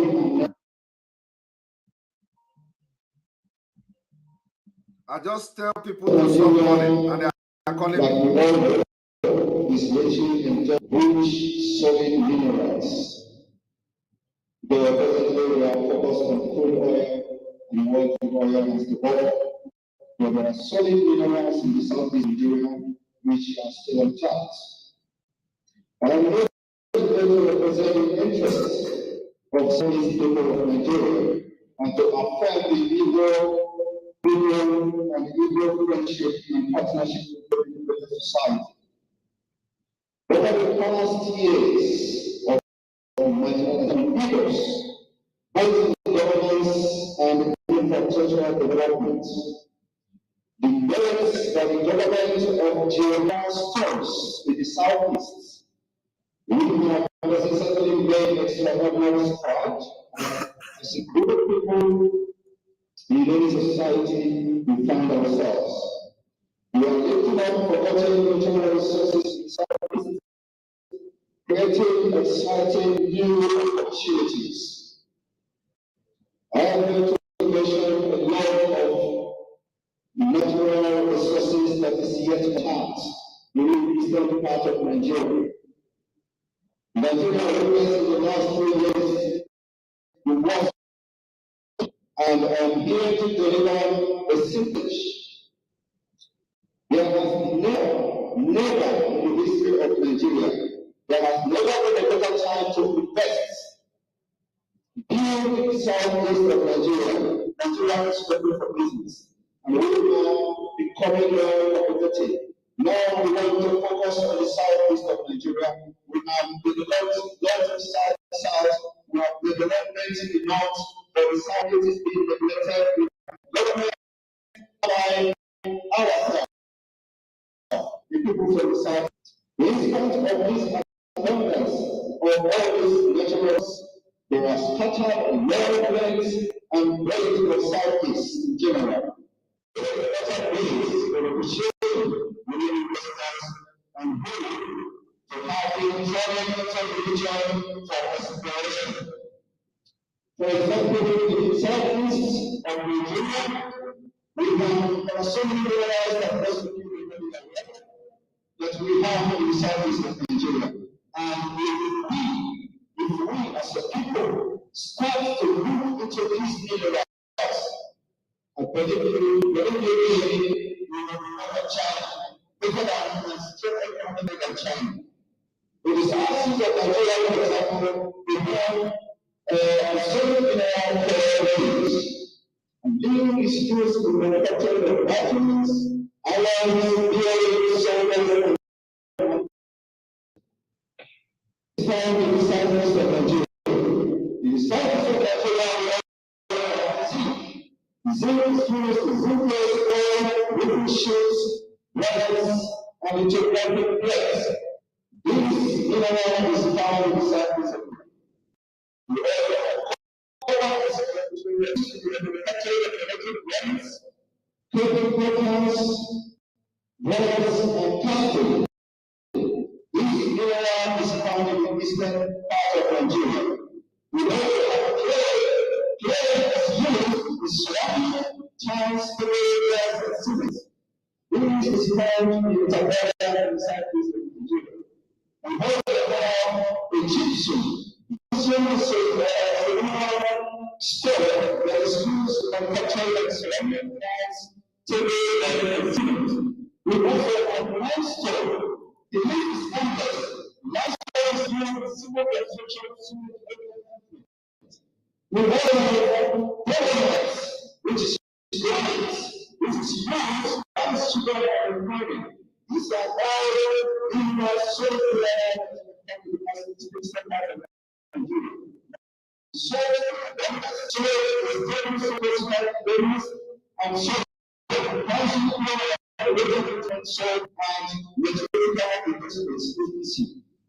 we have also the final results. The planning reserve are used in civil engineering, civil construction, or economic plans. Woodwork is used for the manufacture resource. Heat is very distinct. It is a solid area that is found in the eastern part of the world, where the manufacture properties and machinery. This is what is used to manufacture them all over China. And then coal is used to manufacture the energy used the power generation, and the power generation. The energy generation I don't know to good elements in the curriculum, but I still good element is covered with the certain material. We have the kaolin. The kaolin plant is used to manufacture. All right, because the audio is not really very good, this was in 2018. But what I was just saying there has to do with the question of this caller about Biafra, and so we're just talking about this is during the Anambra diaspora take home initiative, where we were discussing about how to better Alibo and the kind of business. And so I was giving them information about the resources we have that people do not know anything about, and how we can, like the untapped resources we have that nobody have touched, and what we can do and how we can do to use it to develop our land and all that, to develop Igbo land. But I tell you that you can never develop Igbo land under Nigeria. It is not possible. We have done everything. There is nothing we have not done. When you hear all these people, they say, come and do this, come on. We have done everything. You can never develop Igbo. You can never develop any part of Nigeria under Nigeria. It is impossible. We have done everything. So when you come to talk, when you come to tell me P2B, all those things are nonsense. It is for people who are not pure in their heart that will follow P2B. Somebody like me, there is nothing you talk about Nigeria I don't know. So you can never develop, you can never bring development to any part of Nigeria. Not development of building house. So is Abuja developed?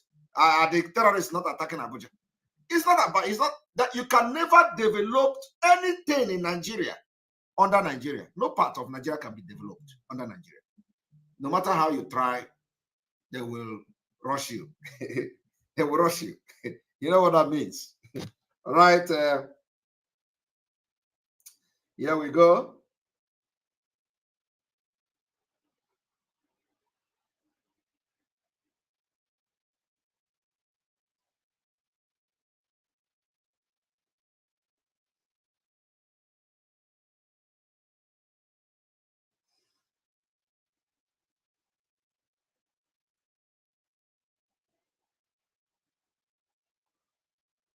Welcome to the program. Welcome. Good evening. Good evening from here. Go ahead. Straight to your question. I am calling from the UAE. You're calling from UAE. Yeah.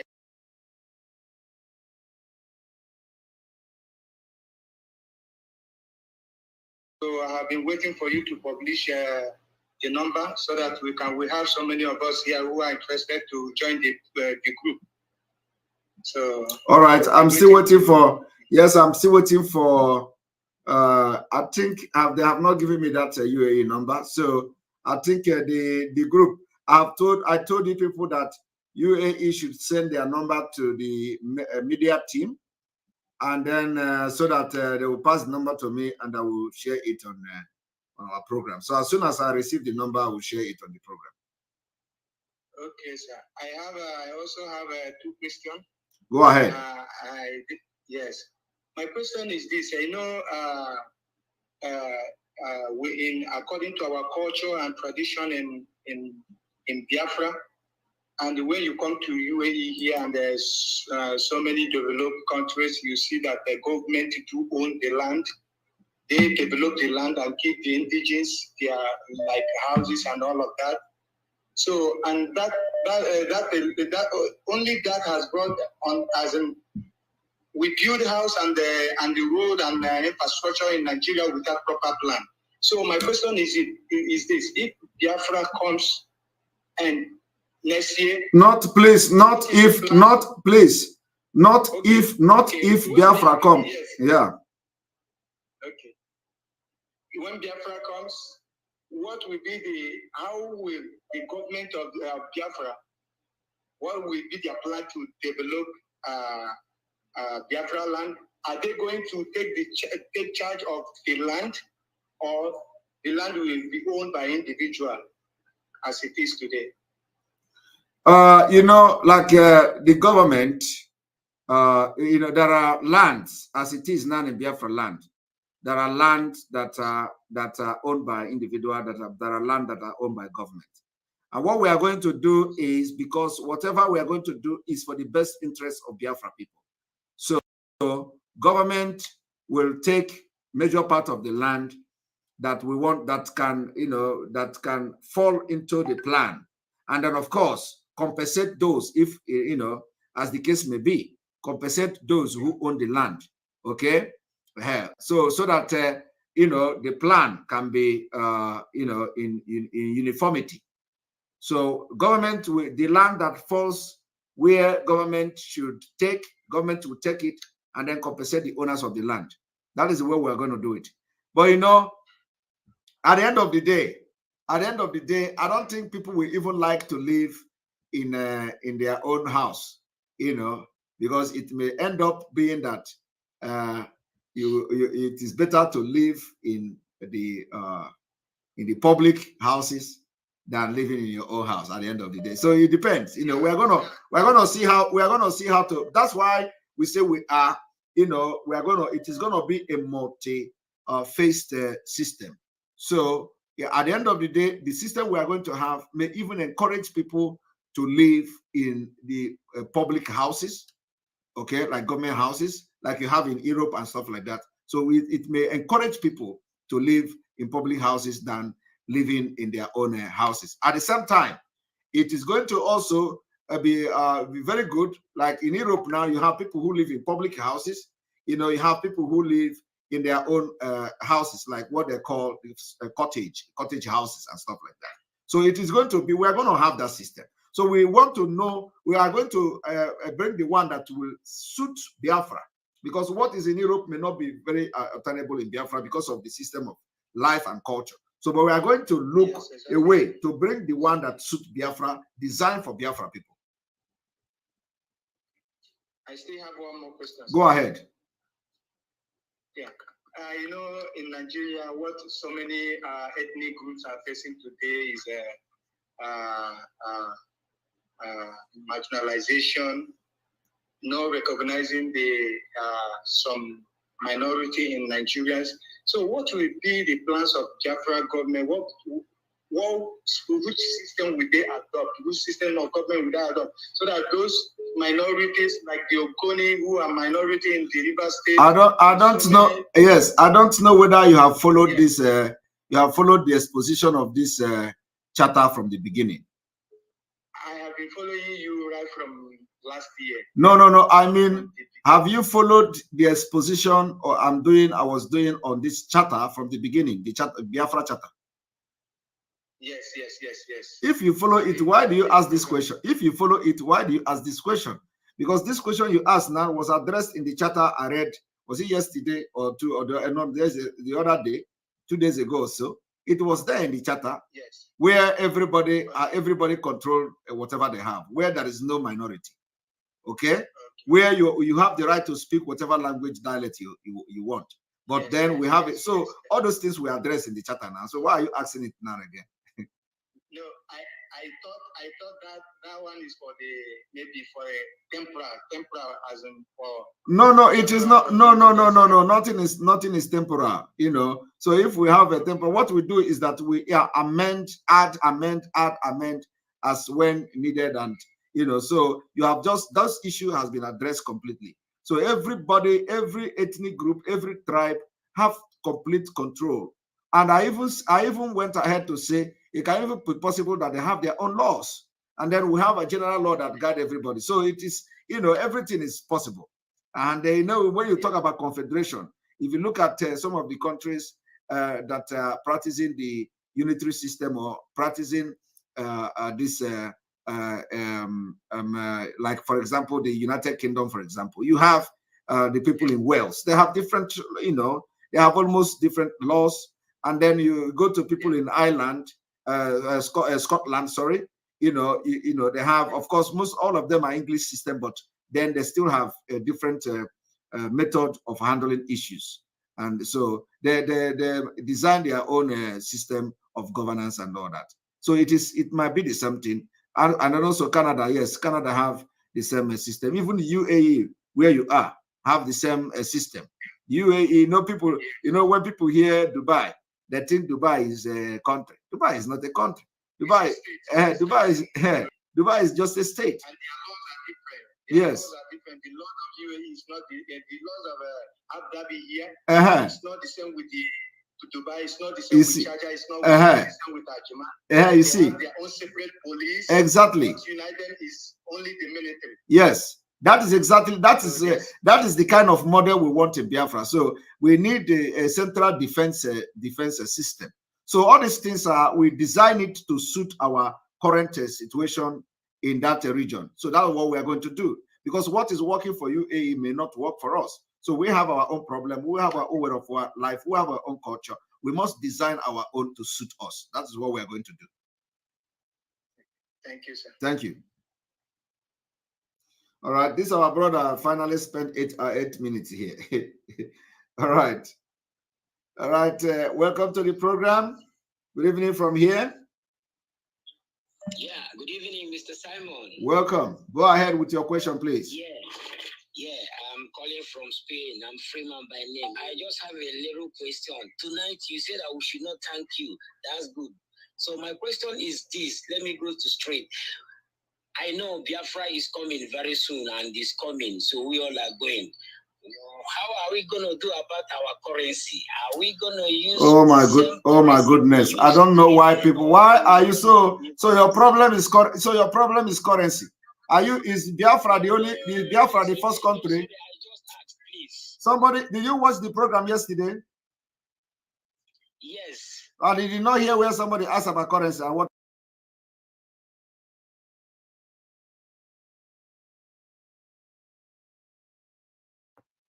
Yesterday we were... Please, currency. No, it's okay. Everything you're doing is right. I'm sorry for the mistake of the question. Yeah, currency is not a problem. Currency is never a problem of... Get your freedom first, and you talk about the currency. It's okay. Yeah. It's okay. Thank you. Thank you. Thanks.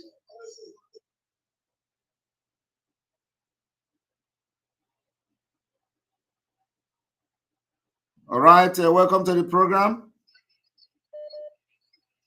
Yes, sir. Good evening. Good evening from here. Yes.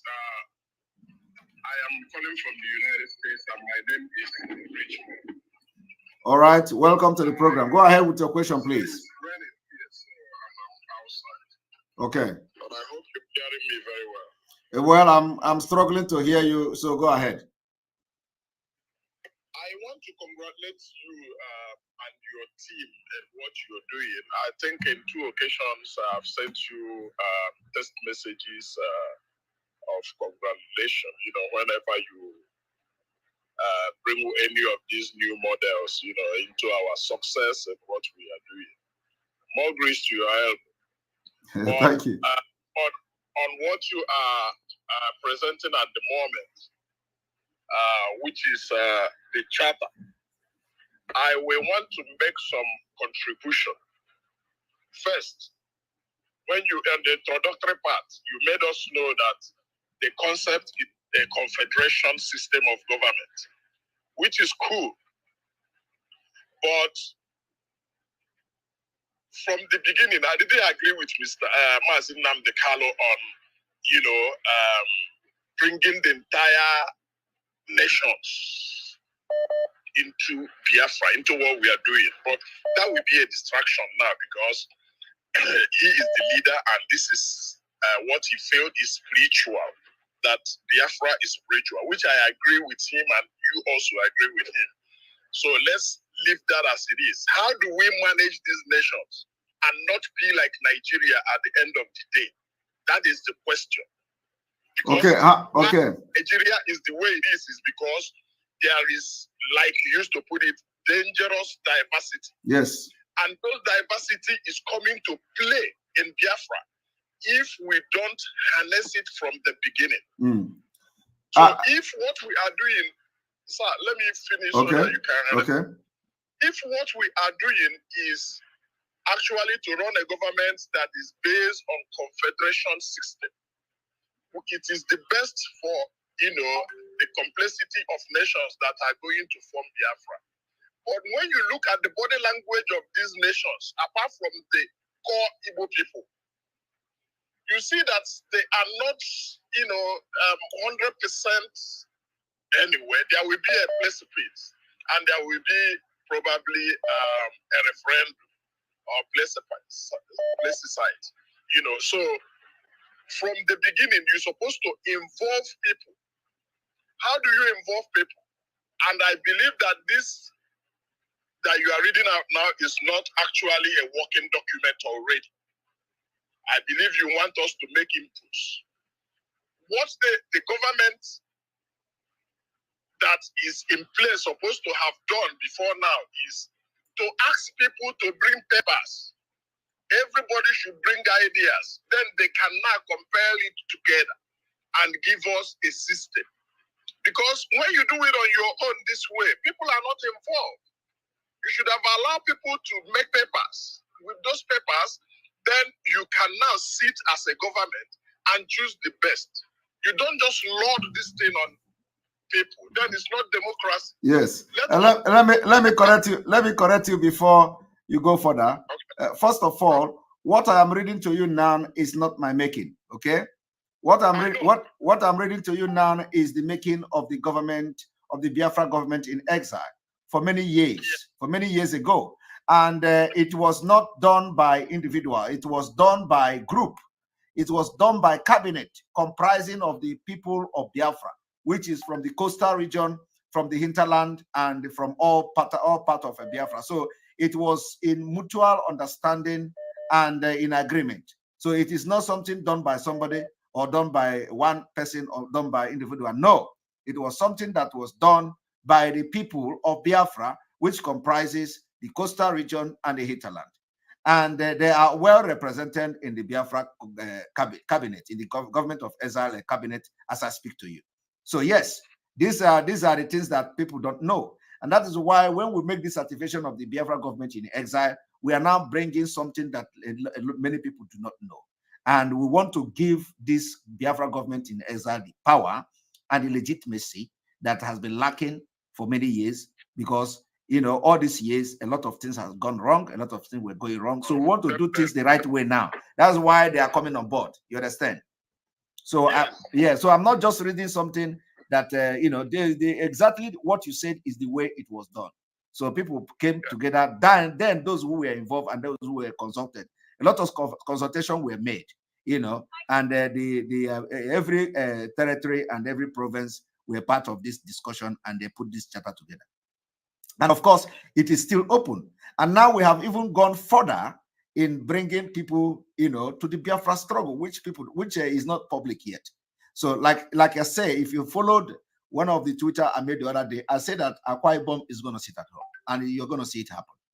And let me tell you also that we are not forcing anybody to be part of Biafra. Okay, like you say, you rightfully say it's going to be a referendum, so people will vote. Those who vote to be part of Biafra will be part of Biafra. Those who say they don't want to be part of Biafra, you can force them. But what we want is that we want our own freedom when we're going. So those who come with us, they come with us. Those who don't want to come with us, you can't force them.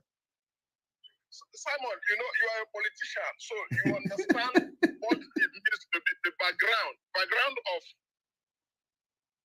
and looking at the future. Yes. No, this problem. No, I know this problem. Yeah, this is your concern. This government has already been formed probably about 10 years, 7 years ago, which is fine. and probably they called for papers from individuals then. You know how it's being done, in the National Assembly. Of course. Yes. Yes, this is not final. This is this is not final. This is nothing is final. Plebiscite, yes. Yes. So whatever it is, you need to involve people.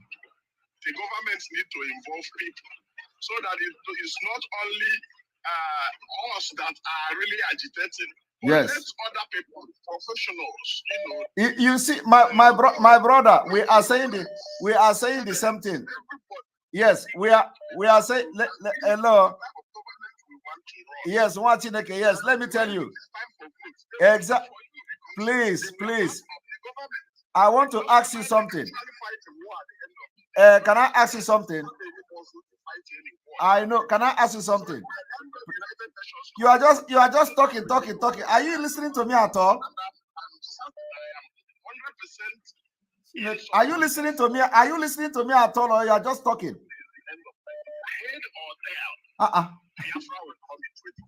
So let us have a proper foundation for it. Yes. So are you listening?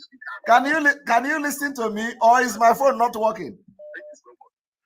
Can you listen to me? Hello. Are you listening? Yes, I'm still here. Okay. Now, I want to tell you something. What you said is, I agree with you 100%. Okay. So and like the door is open. So is there anybody that from the other side that would want to be part of what we are doing? No, you have to. The government, like I wrote to you, in that piece of text I sent to you. Yes. That we are waiting for this government to address us. Okay, of course they are going to.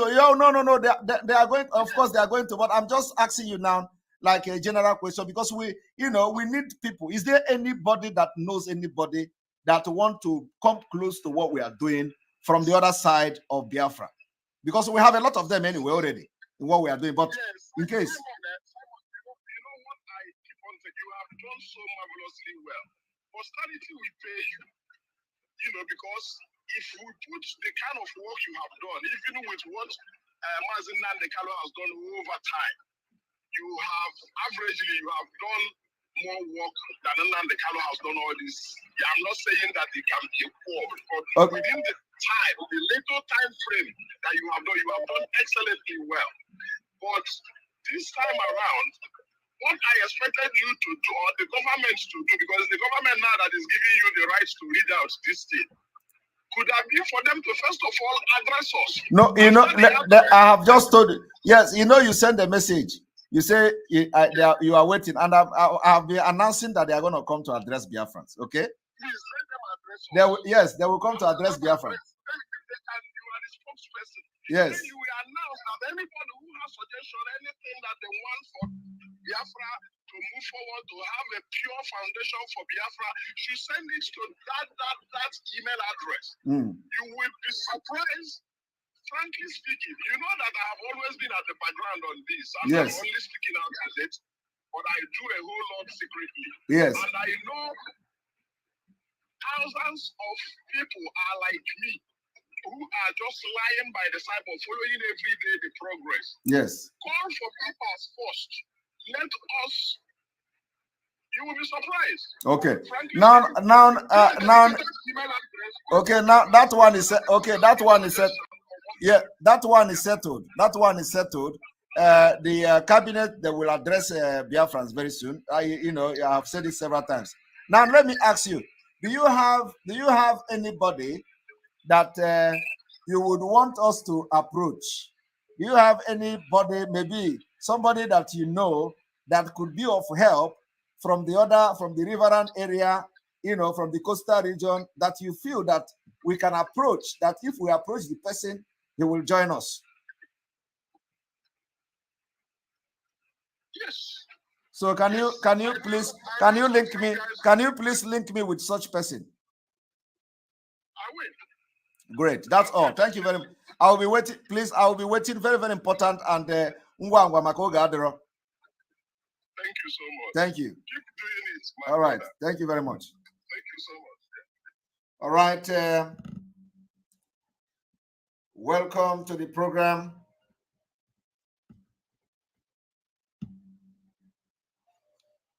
Good evening from here. Hello.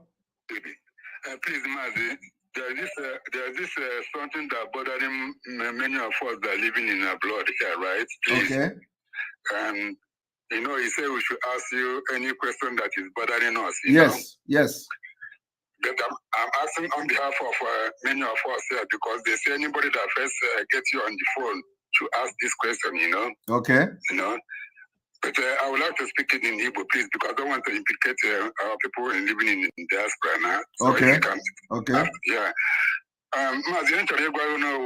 Many of us, because we want to many of us, diaspora here, our name, I changed it after I radio. 1998, 97, 99, Baba Sanjo got Europe. When I announced any black man for Sipnata in Nigeria, many people were about to also change Jaffa, you know. Many questions of Nigeria where they are. So in Najo, government and diaspora where kids were here, why? Because you have to develop with not date of birth. Because everyone knows has a people. And I put this thing where my kinsmen this slave name of Kyoto. You know, so you can not do anyway when you kiss where have why look at if I went Biafran passport because my age of another way it was a Biafran passport. Cabo believe now. Okay, because many of us never know. I want to go European passport, you know. No, Cabo believe that one not be problem now. Even now, if you want to change it to Nigeria, I can advise you. It's my job. Okay. So that one have a problem. That one have a problem now. Okay, I believe that most of my people, my friends are hearing you now. So yes. So because tell them not to worry about that. Is not a problem at all. Even right now, if they want to change their thing to to Nigeria as we are fighting before Biafra come, I will help them to do that. I will just advise them what to do. It's just very easy. Okay. All right. Thank you very much, man. All right. Thank you. Thank you.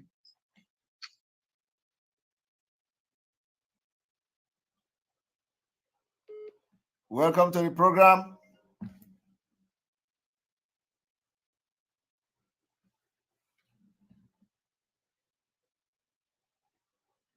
All right. Good evening from here.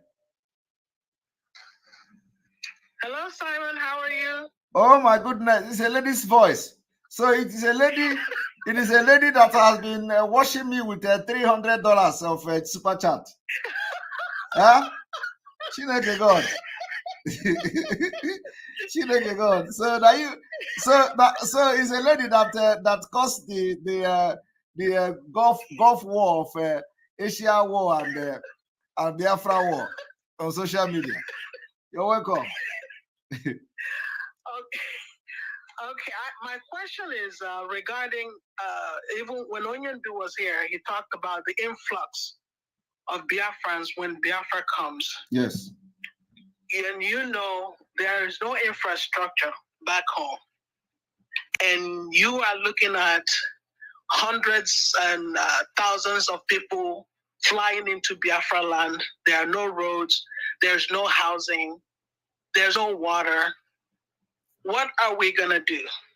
Because I know you said something about there's a prototype. What will be the prototype for drinking water in Enugu? If you even just do a little research in Enugu, there's no drinking water in Enugu. Yes. And there's already influx of people right now into Biafra land. So what are we going to put in place when the influx, because you should be looking at millions of people flying into Biafra. Yes. Anybody that is flying into Biafra is not flying into Biafra to go and enjoy. Okay, I have to tell you that in the first place. Anybody flying into Biafra in the first 2 years or the first 3 years knows exactly why they are flying into Biafra. That they are going to work. They are going to be part of building Biafra. Okay, so it is not just because Biafra has come, so people are flying in to go and start enjoying themselves. No, what we are going to do first of all is to provide security, provide data, database system is the most important thing. We want people while people are flying into Biafra land, you can sleep outside and nobody will touch you. Okay. And this thing will be put into effect immediately. Okay. So that is number one. Number two is that as people are going, we are bringing in. You are going there to bring what you have. There will be an open consultation system where people will come to different provinces. Where depending on where you come from in Biafra land, you will go there, register yourself that you just arrived from wherever you come from on a volunteer work service. What you know, what you have to, what you think you can offer. They will get your information computer from day one. You register yourself, what you think you know how to do. Those of us in medical field will be needed very much, to make sure that women, children in the villages will be well taken care of as the work is going on. So issue of water will be part of it. Is not just about drinking water alone. So those in the medical or the research field will also be able to come up with something that we can, to get a better drinking water in our land. So we can build, what we call the water tanks in each provinces. Each provinces will have a water tank. The water tank that will be supplying water to every household.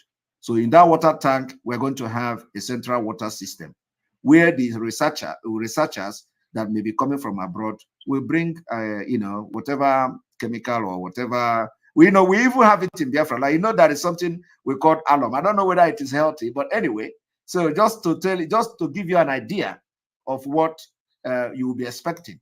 So we are going to go into innovation to research on how to get the best drinking water, what chemical is needed, and of course, not chemical that is going to be harmful to our people, after many years, but just what Europe is. They are doing that. They are using those kind of chemicals and all that. But what is going to be good for us? What kind of water do we have? The pH value of the waters and stuff like that. All these things will be researched and tested. We have to test the water to know the kind of water, whether we have this chemical water, whether the water is hard water, and what kind of the purification system we are going to use and all that. So, and then we are good to go. And then also, by doing that, it is going to be marvelous. So, but I am more concerned about making sure that whoever comes and enter Biafra is safe. That is the first priority we have. Okay. Our people love to murmur.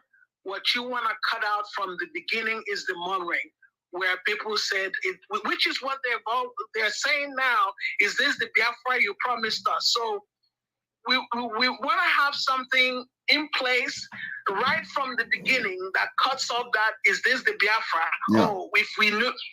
So that has always been one of my concerns. And my final question is about the new cities in Biafra.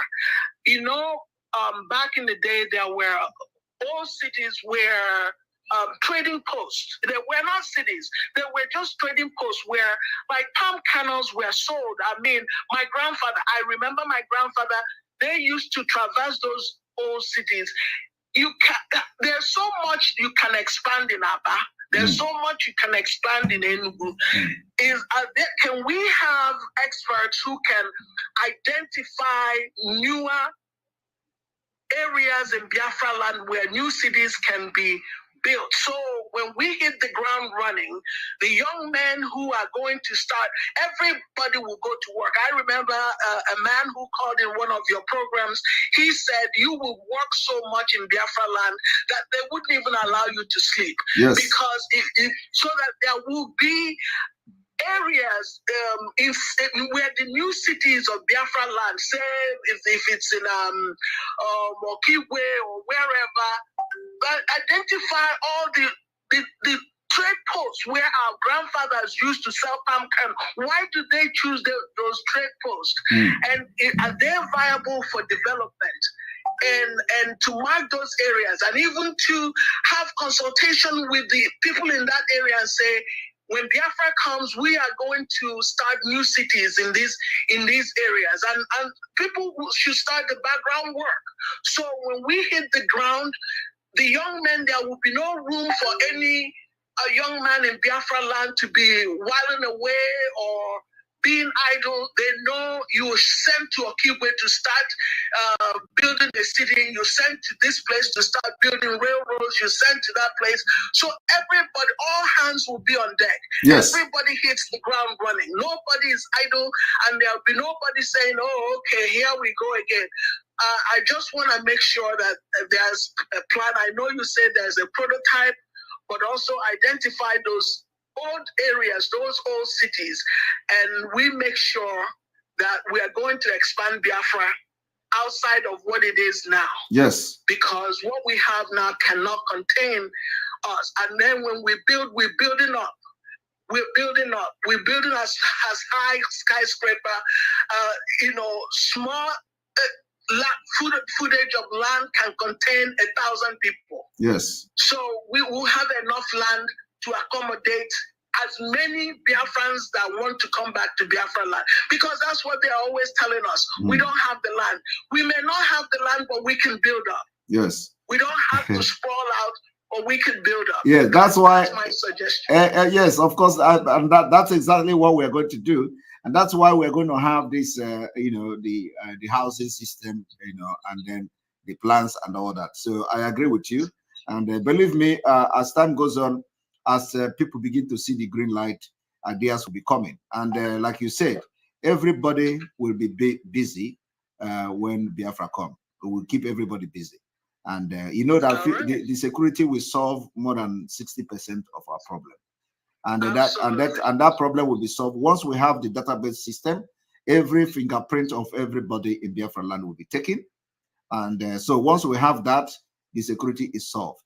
And then whenever anything happens, it will be easy to identify who the person is and all that. And of course, we use whoever that is committing crime to set example of what to come, how the law is going to take its course. So by doing that and by engaging everybody.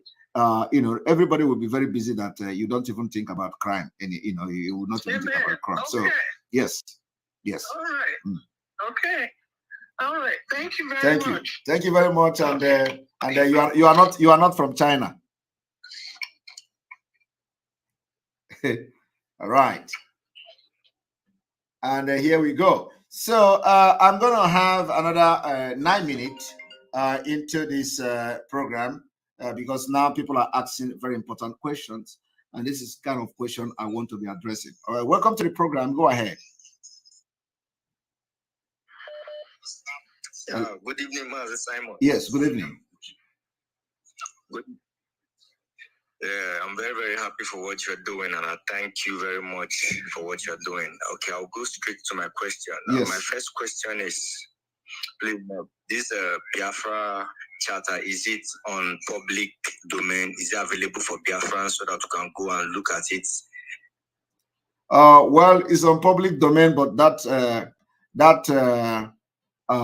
is not being given ahead for me. I know that some people may have access to it, but as for now, maybe after the cabinet have come, and then if they decide to make it public, the link will be shared.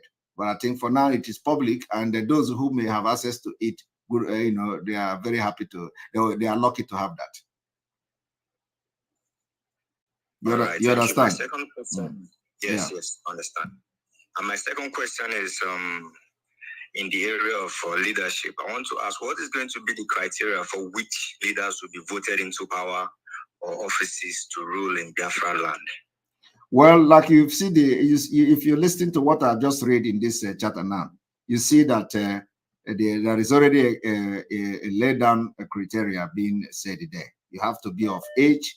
You have to be of good character in your community. And I think that is laying the background for that. Okay. You have to be of good character. You have to have, you have to have competence, and the most important thing is that you are of good character and all that.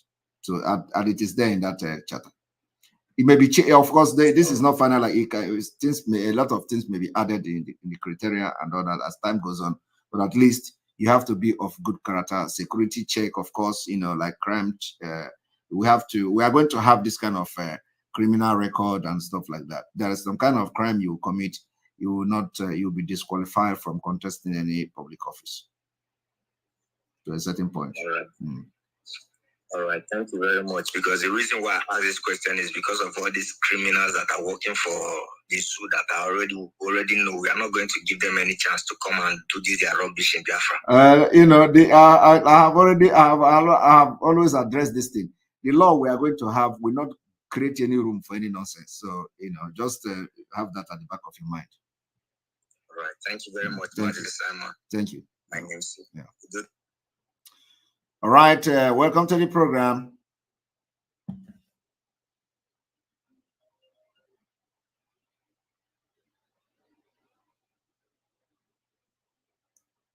Hello.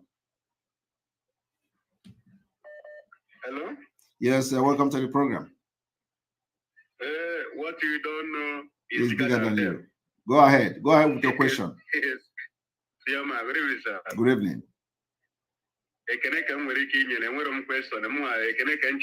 Upon all the things I shouted that no ekene this evening.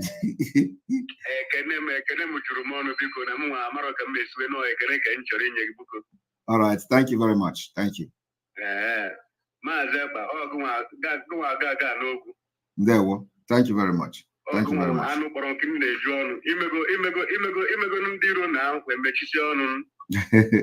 Thank you very much. Thank you. Let me use this 5 minutes I have now to receive questions. Thank you very much. I thank you for calling. All right. Please, question.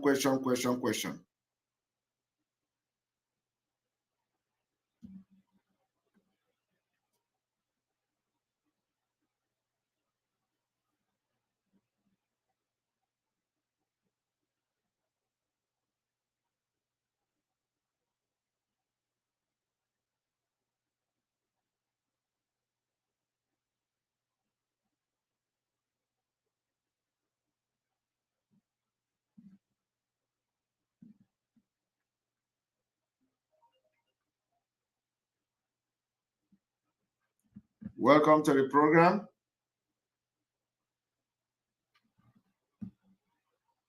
Hello, good evening, sir. Yes, good evening from here. Thank you, sir.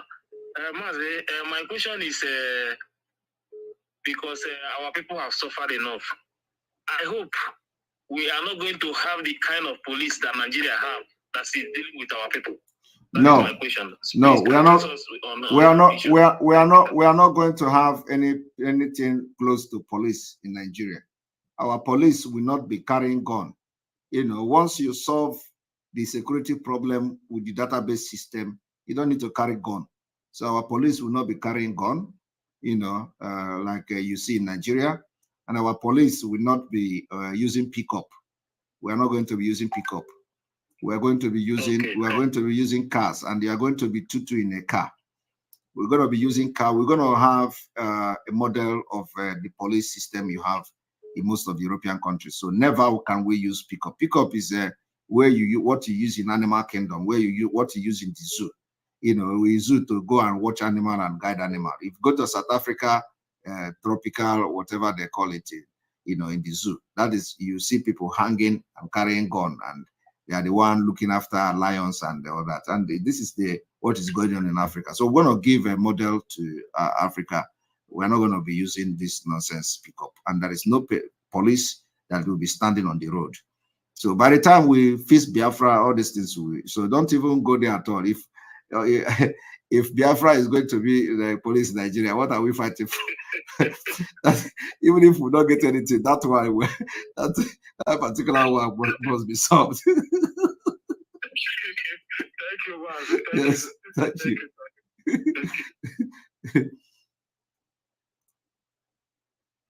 All right, welcome to the program. Hello. Mazi, I have a question. Yeah, go ahead. I have a question. Go ahead. Okay. Now that a lot of foreigners had bought a lot of land in Biafra land,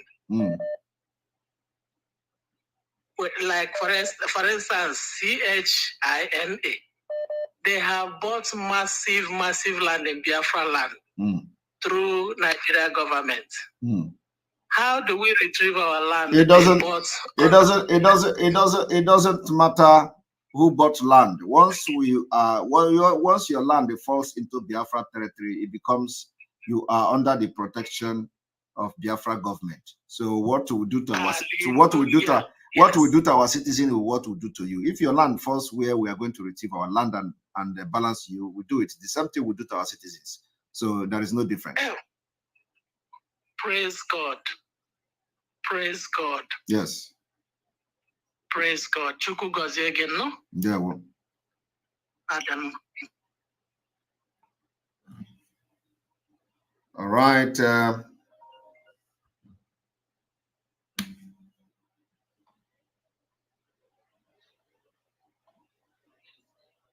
Welcome to the program. Hello. Hello. Welcome to the program. Mazi, good evening. Good evening. Good evening. Good evening. Your sister, Buhari. Okay, our sister, go ahead with your question. Yeah, okay. Two things. You know, where I came from, we bury people in the houses. Okay. But where I live right now, they don't bury people in the houses. So when they take over, because I heard you not saying that they are going to retrieve and do compensation. Does it mean that people that have already buried their loved ones in the house, if, for example, you fall into the category of breaking, taking it and doing compensation, are you going to break it and do compensation for those people? And what if they refuse? Because if it is their close loved ones and they don't want to do that, will it be they will enforce it on them? That was my one question. And the second one, I hear that they want to use Enugu as the capital. To me, I feel Enugu is just like Buhari. It's so choked. When Lagos was so choked, they now created that so-called Abuja, the capital. Are they going to look into creating a new capital? Because I know it's going to be like a Dubai. People will be rushing it like mad. Do you think nobody? No, I don't think. I don't think the question. I don't think the issue of capital now is being discussed anywhere. I don't think that is issue. Capital can be anywhere. Once Biafra people agree where the capital should be, it will be deliberated on, and people will agree. You can't just wake up and say it is going to be in Enugu or somewhere else. No, it's going to be a collective decision of Biafra people, and it will be thrown open. So I believe that that is the way the capital is going to be chosen. The second question about the people burying people in their loved one in their compound or something like that, our law is going to be supreme. So, and the law of Biafra is going to be supreme. People also have their relative and they died during the war and they were buried, and their bones were being excavated during some project and all that. So it is not targeted at a certain people. So if your house falls in those, for the development of Biafra land, and you happen to bury somebody there, nobody will just come there and take excavate the grave and all that without proper documentation and all that. So it has to be approved. It has to go through the law, and our law is supreme. So nobody's going to be above the law. The only thing is that you will be treated with the best treatment possible. Your family should understand that this is for the best interest of this nation, and so you can't go against that. Okay. Thank you. God bless you. Thank you. God bless you with your good. Thank you. Thank you.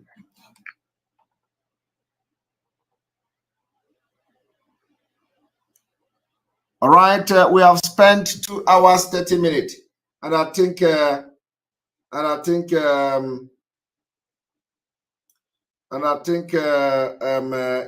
time is gone, and so therefore we may not have time again because I wanted to end this program in 1 hour 30 minutes, but you know how the things works, and you plan and another thing happen. So welcome to the program. Hello. Yes, hello. Hello, good evening. Good evening. Good evening. Can you hear me? I can hear you. Go ahead with your question, please. Can you hear me? Yeah. I want to ask the bridge we have that on the bridge. Are we going to reconstruct it?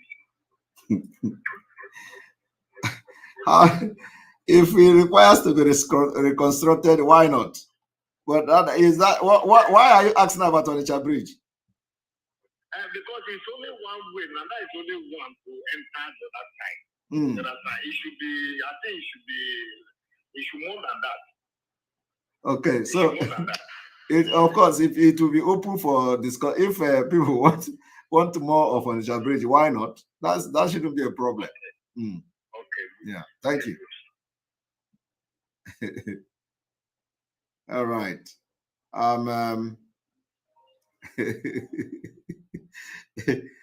This question, that is a small one. No? Maybe a small question.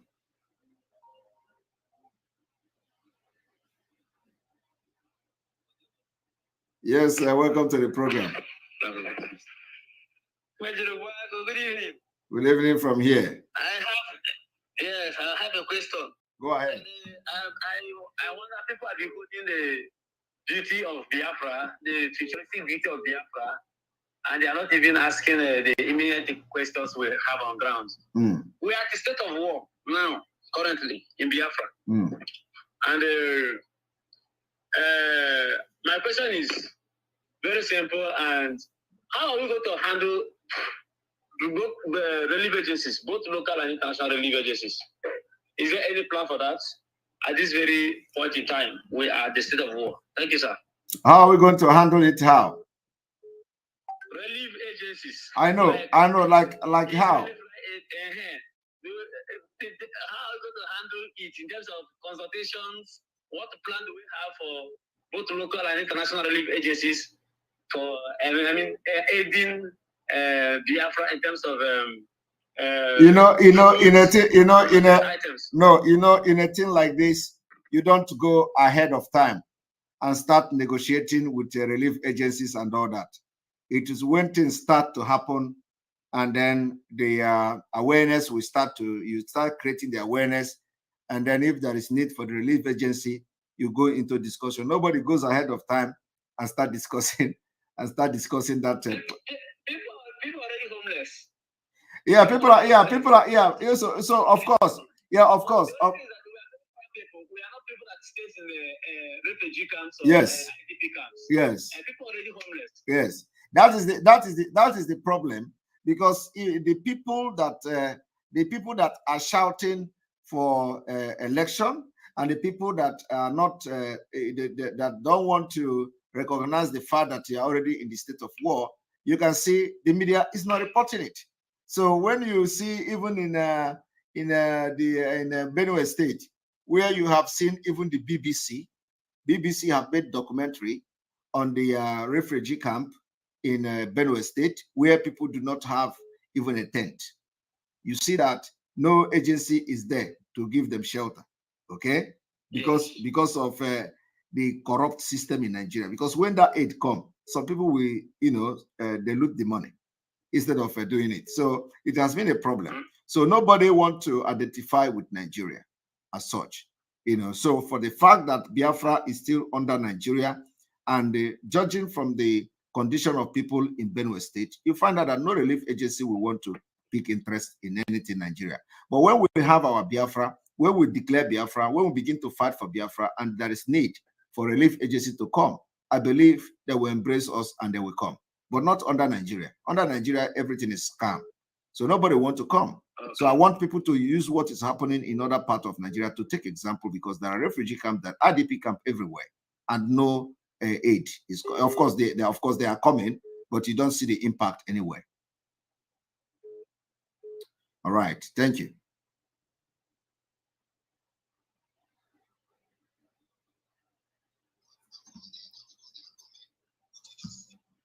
Welcome to the program.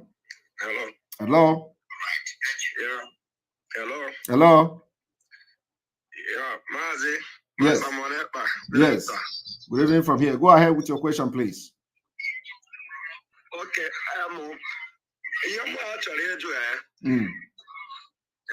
Yes. Yeah.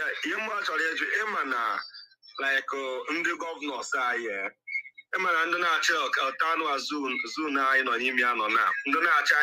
abroad.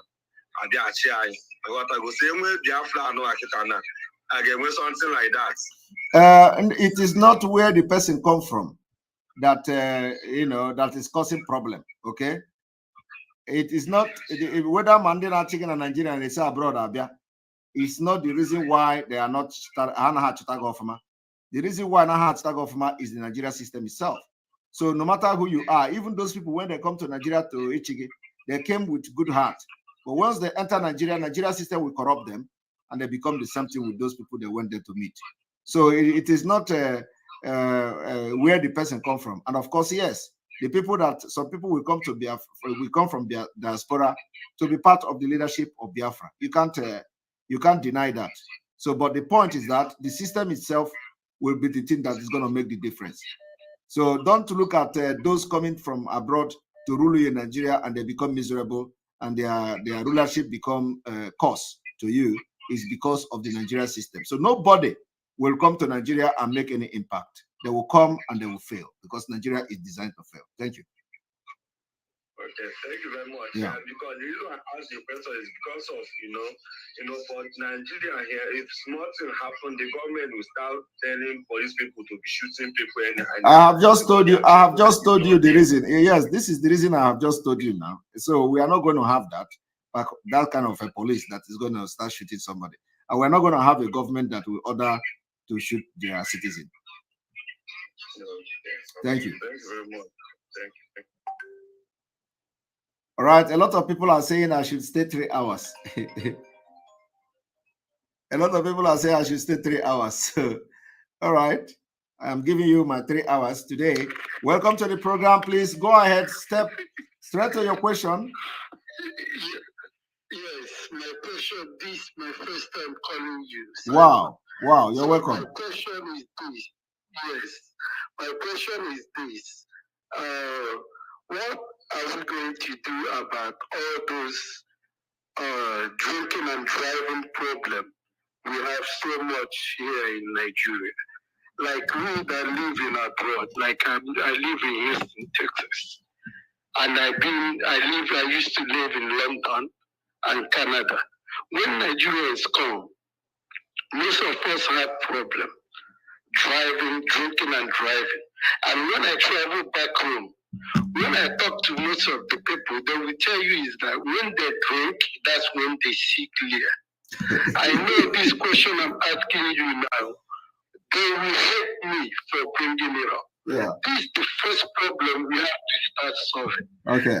Letting them know driving under influence is very bad. Yes. They're causing too much accident here in Nigeria. Yes. So I agree with you. I agree. I agree with you.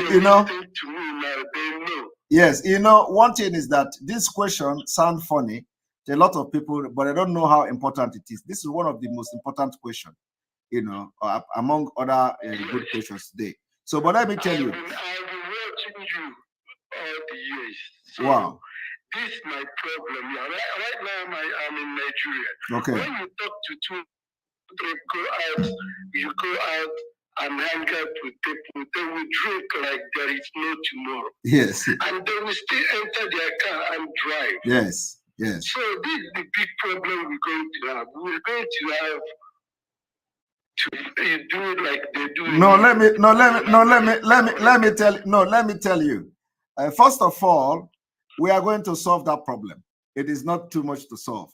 And how we are going to solve it is that we are going to embark on a very massive, orientation. We're going to, the orientation is orientation of the effect of alcohol and the danger it poses while you are driving, and then of course the effect of our law. on you.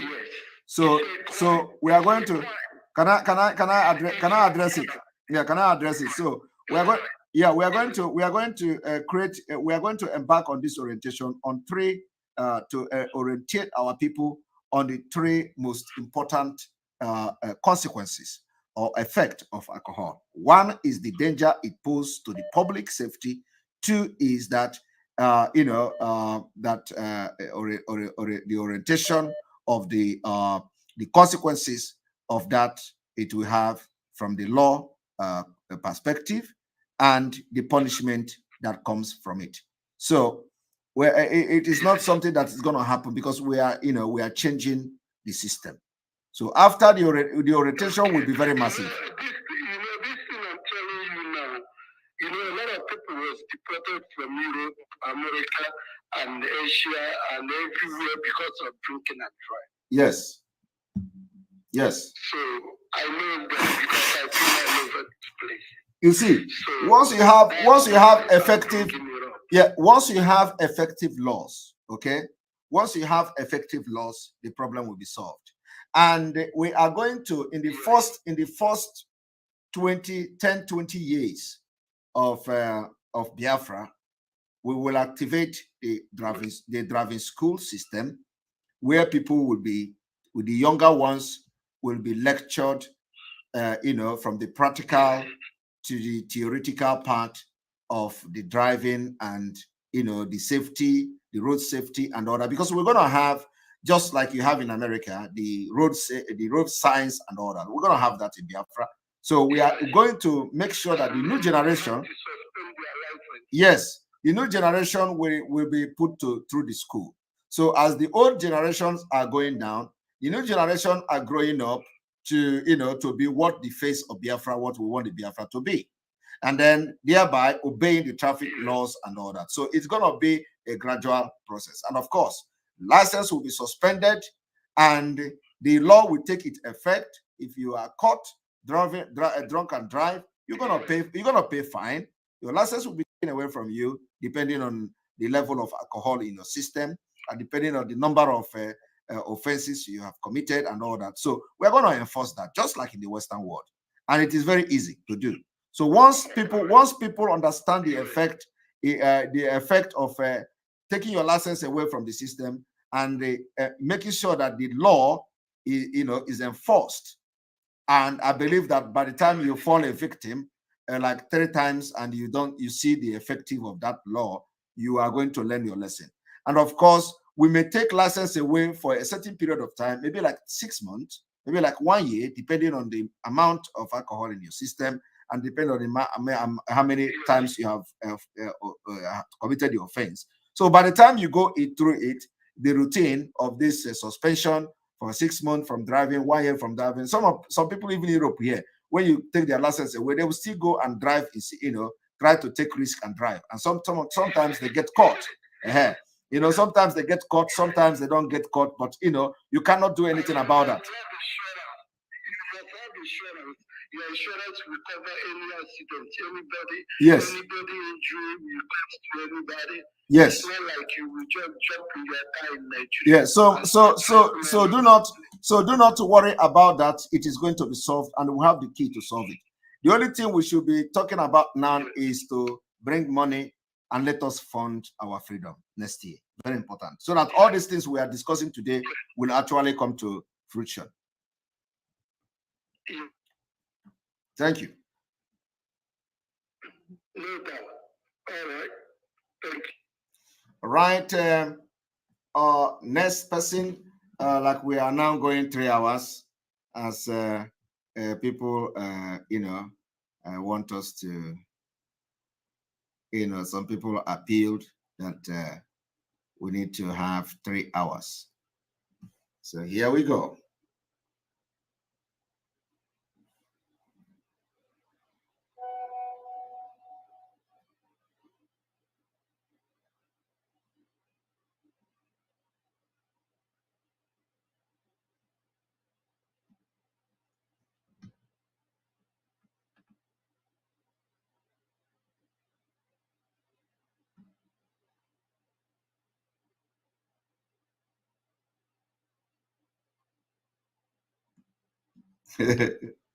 All right.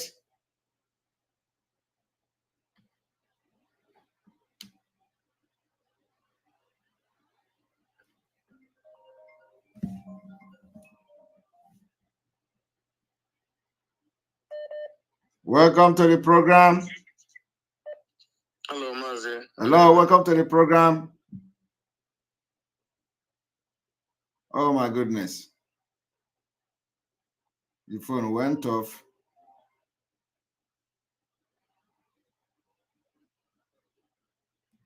Welcome to the program. Hello. Hello.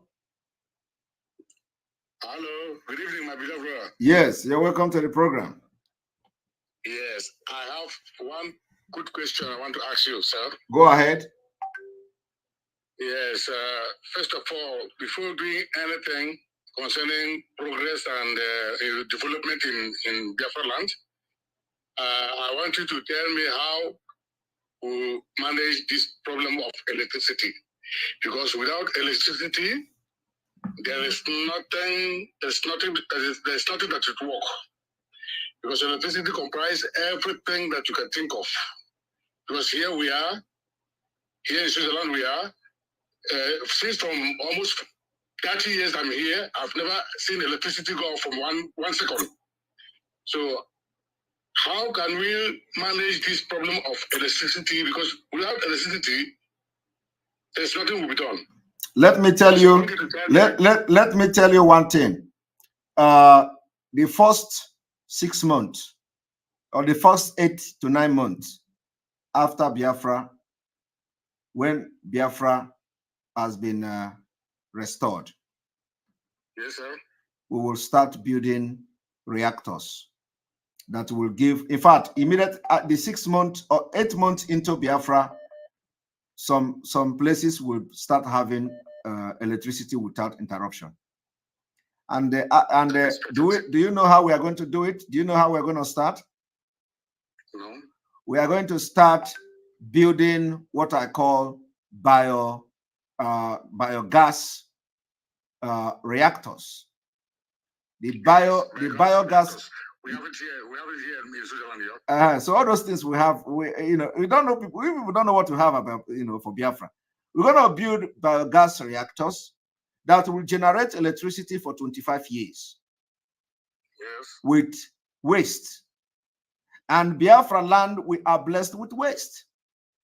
So all the dirty you have in Biafra land, we are going to clear it, convert them into energy to start with. So every city in Biafra land will have their own reactors. And let me tell you that some of the reactors have capacity of supplying 2,500 or 90,000 homes, for 25 years uninterruption. Like the light will be generated within 6 months, the reactors will be built within 6 months, and they are going to use that those waste product you have to use it to generate the energy, and the energy will supply electricity for 25 years to like 90,000 homes, depending on the capacity. So we are going to have that. And of course, we may also go into nuclear reactors, but this is open for negotiation because we have nuclear, we have uranium.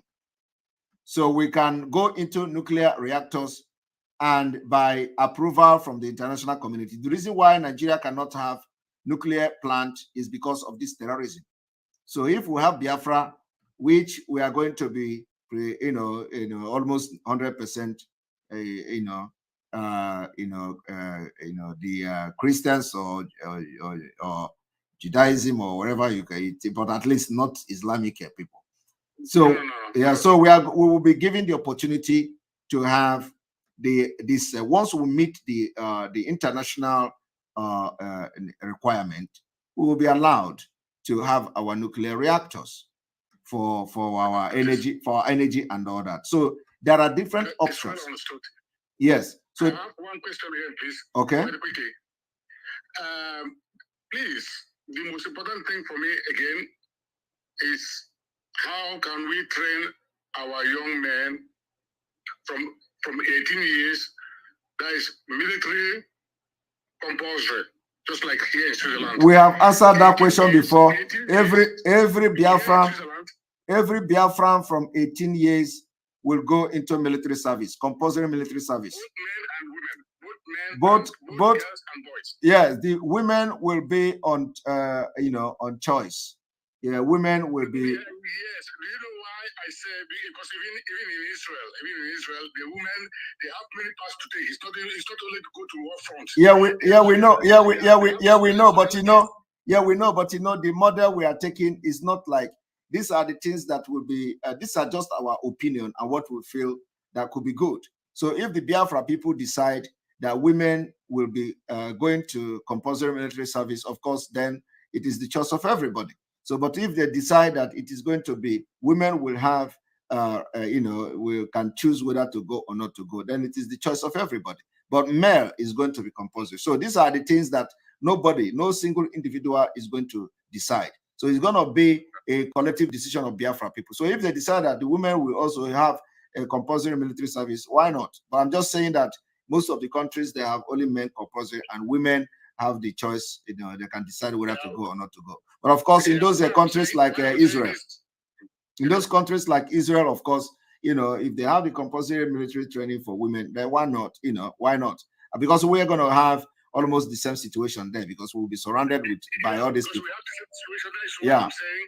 It's because there are many fields that women do better, So it doesn't mean that they are going to be in the war front, but they have many things.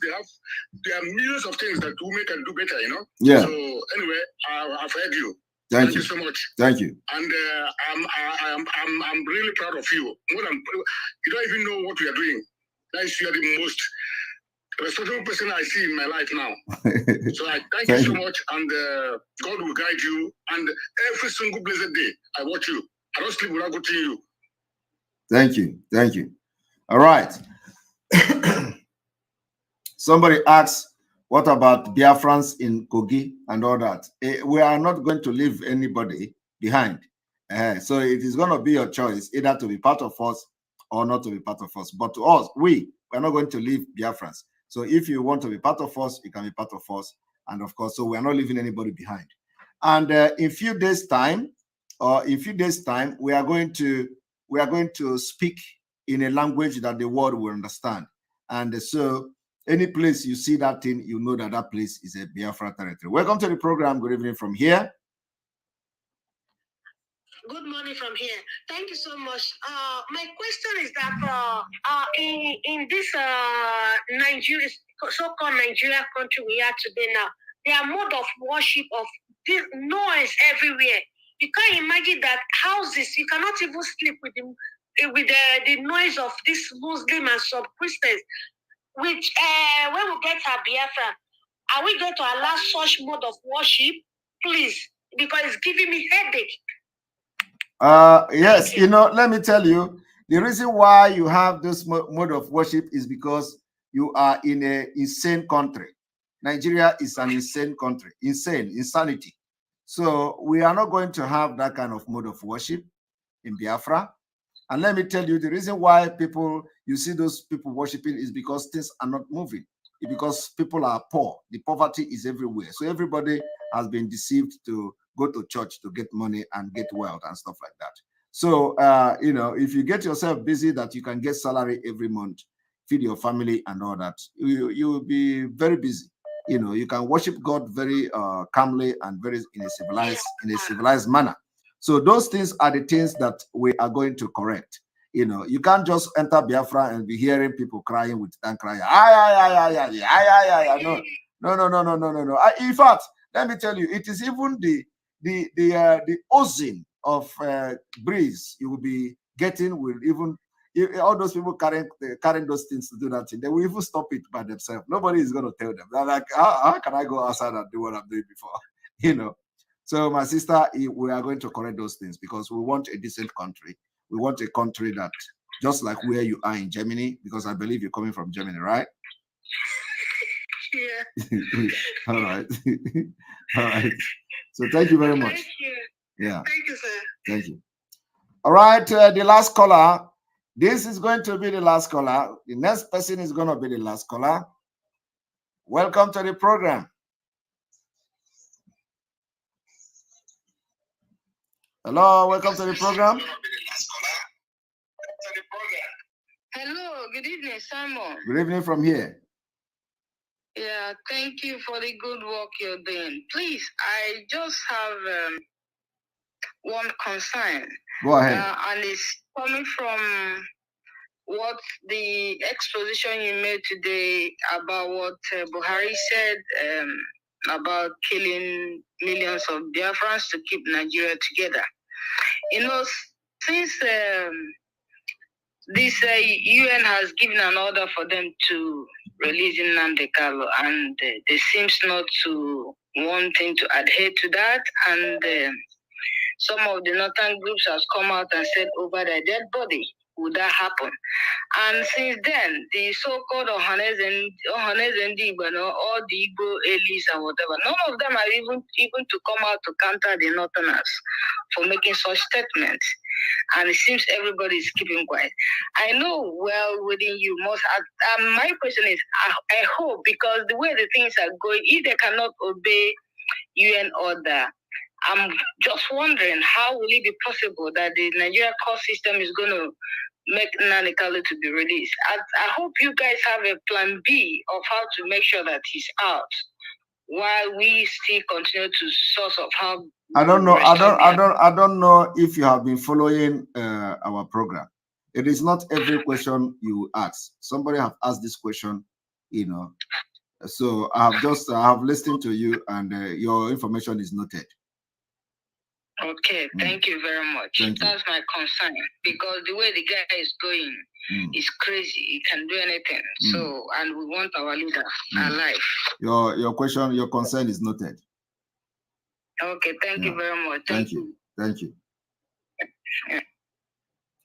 All right. The reason being that our leaders is a very sensitive one, so it is not everything you address. It's not every question you address. So this one is a very important one, and we don't want to say whatever we are doing or whatever we're going to do. So I take because that was not. I take another. Welcome to the program. Good evening from here. Good evening, Mazi. I was listening to when you were explaining something to the man that called, not the man, the lady that called about the influx of Biafrans in Biafra land currently. Yeah. And you kind of explained certain rules, and you mentioned something like medical. So I didn't get that. That's what, if you don't mind, I'm sorry taking you back. If you could explain that one more time, I have a reason for asking this. Okay, the medical I mean was that when Biafra come and people are coming, of course we're going to need our medical team, to go to work, especially in the rural areas, in the villages where women and children will be taken care of, and those who need medical attention, because of the system of Nigeria, what Nigeria have done to them. They don't have access to hospital, they don't have access to medical care system and all that. So at that point, everybody becomes the responsibility of government of Biafra. And we are going to need medical experts to start taking care of those, in different states, different communities, different villages and all that, supplying them with medication, looking after them as we build the state of Biafra. That's what I mean.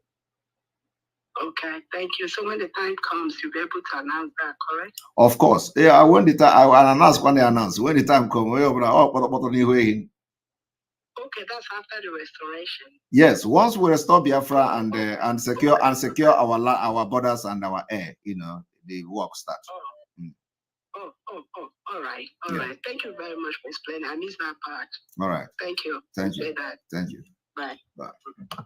All right, we're gonna stop here, and I will acknowledge those who have showered us with a blessing of super chat. A lot of people are not happy with our super chat, so people have given us a lot of super chat today. Mama Edeboatu Ginika, thank you very much for a super chat. We appreciate you for supporting us today. From your number one fan, you are really intelligent and super smart. God bless you, real good. Bless you too, Genika. Thank you for a super chat. Mary Life, we thank you for supporting us with super chat today. Mary Ike, thank you very much for supporting us with your super chat. We appreciate you. Vidix, please stop calling. I have stopped the program. The program will end. Go. Let there be no calling again. Let me acknowledge people that have supported us on the program today. All right. So thank you very much, Tobis, for your super chat. We appreciate you. Again, Vadix, Tobis. God bless you, bros. Keep up the good job. We support you. Thank you very much for that. We appreciate you. And then Mary Life again. Thank you all for being part of the program. And Simon Ekpa have to sleep. Tomorrow is going to be another day. We're taking you to the journey of the Charter of Biafra. And then after that, we'll open our line for another questions. And I like today the way people of Biafra compose themselves today and ask questions straight to the point without talking stories. And you see the result is this is exactly what we want, so that people will be asking questions that have been bothering them and will be addressing them the way it is. From here, from me, thank you very much. May God bless you. May God bless Biafra. May God bless Oduduwa. May God bless Middle Belt. May God bless Ambazonia. May God bless Mazina Mbikano. May God bless Sunday Igboho. May God bless Eastern Security Network. May God bless all our young alliances, BNL, DNG, all of them. May God bless all of you. May God bless the Biafran government in Ezra. May God bless Umwada. Umwada is coming to our program, by the way, on Saturday. They are coming to Ikondo, Ifuyendo, some people Akaneze. They want to go, they want to, come here on the program to address some people. So Umwada is coming this Saturday, if I'm not mistaken. Thank you very much, and may God bless our media team, the media autopilot media team. All of you, may God bless all of you. You are doing wonderfully well. Our Biafra writers of conscience, may God bless all of you. You people are doing wonderfully well. All the cabinets, all the committees that we have, we are setting up to, may God bless all of you. We thank you, and we move. And from here, from me, is good evening. Good night.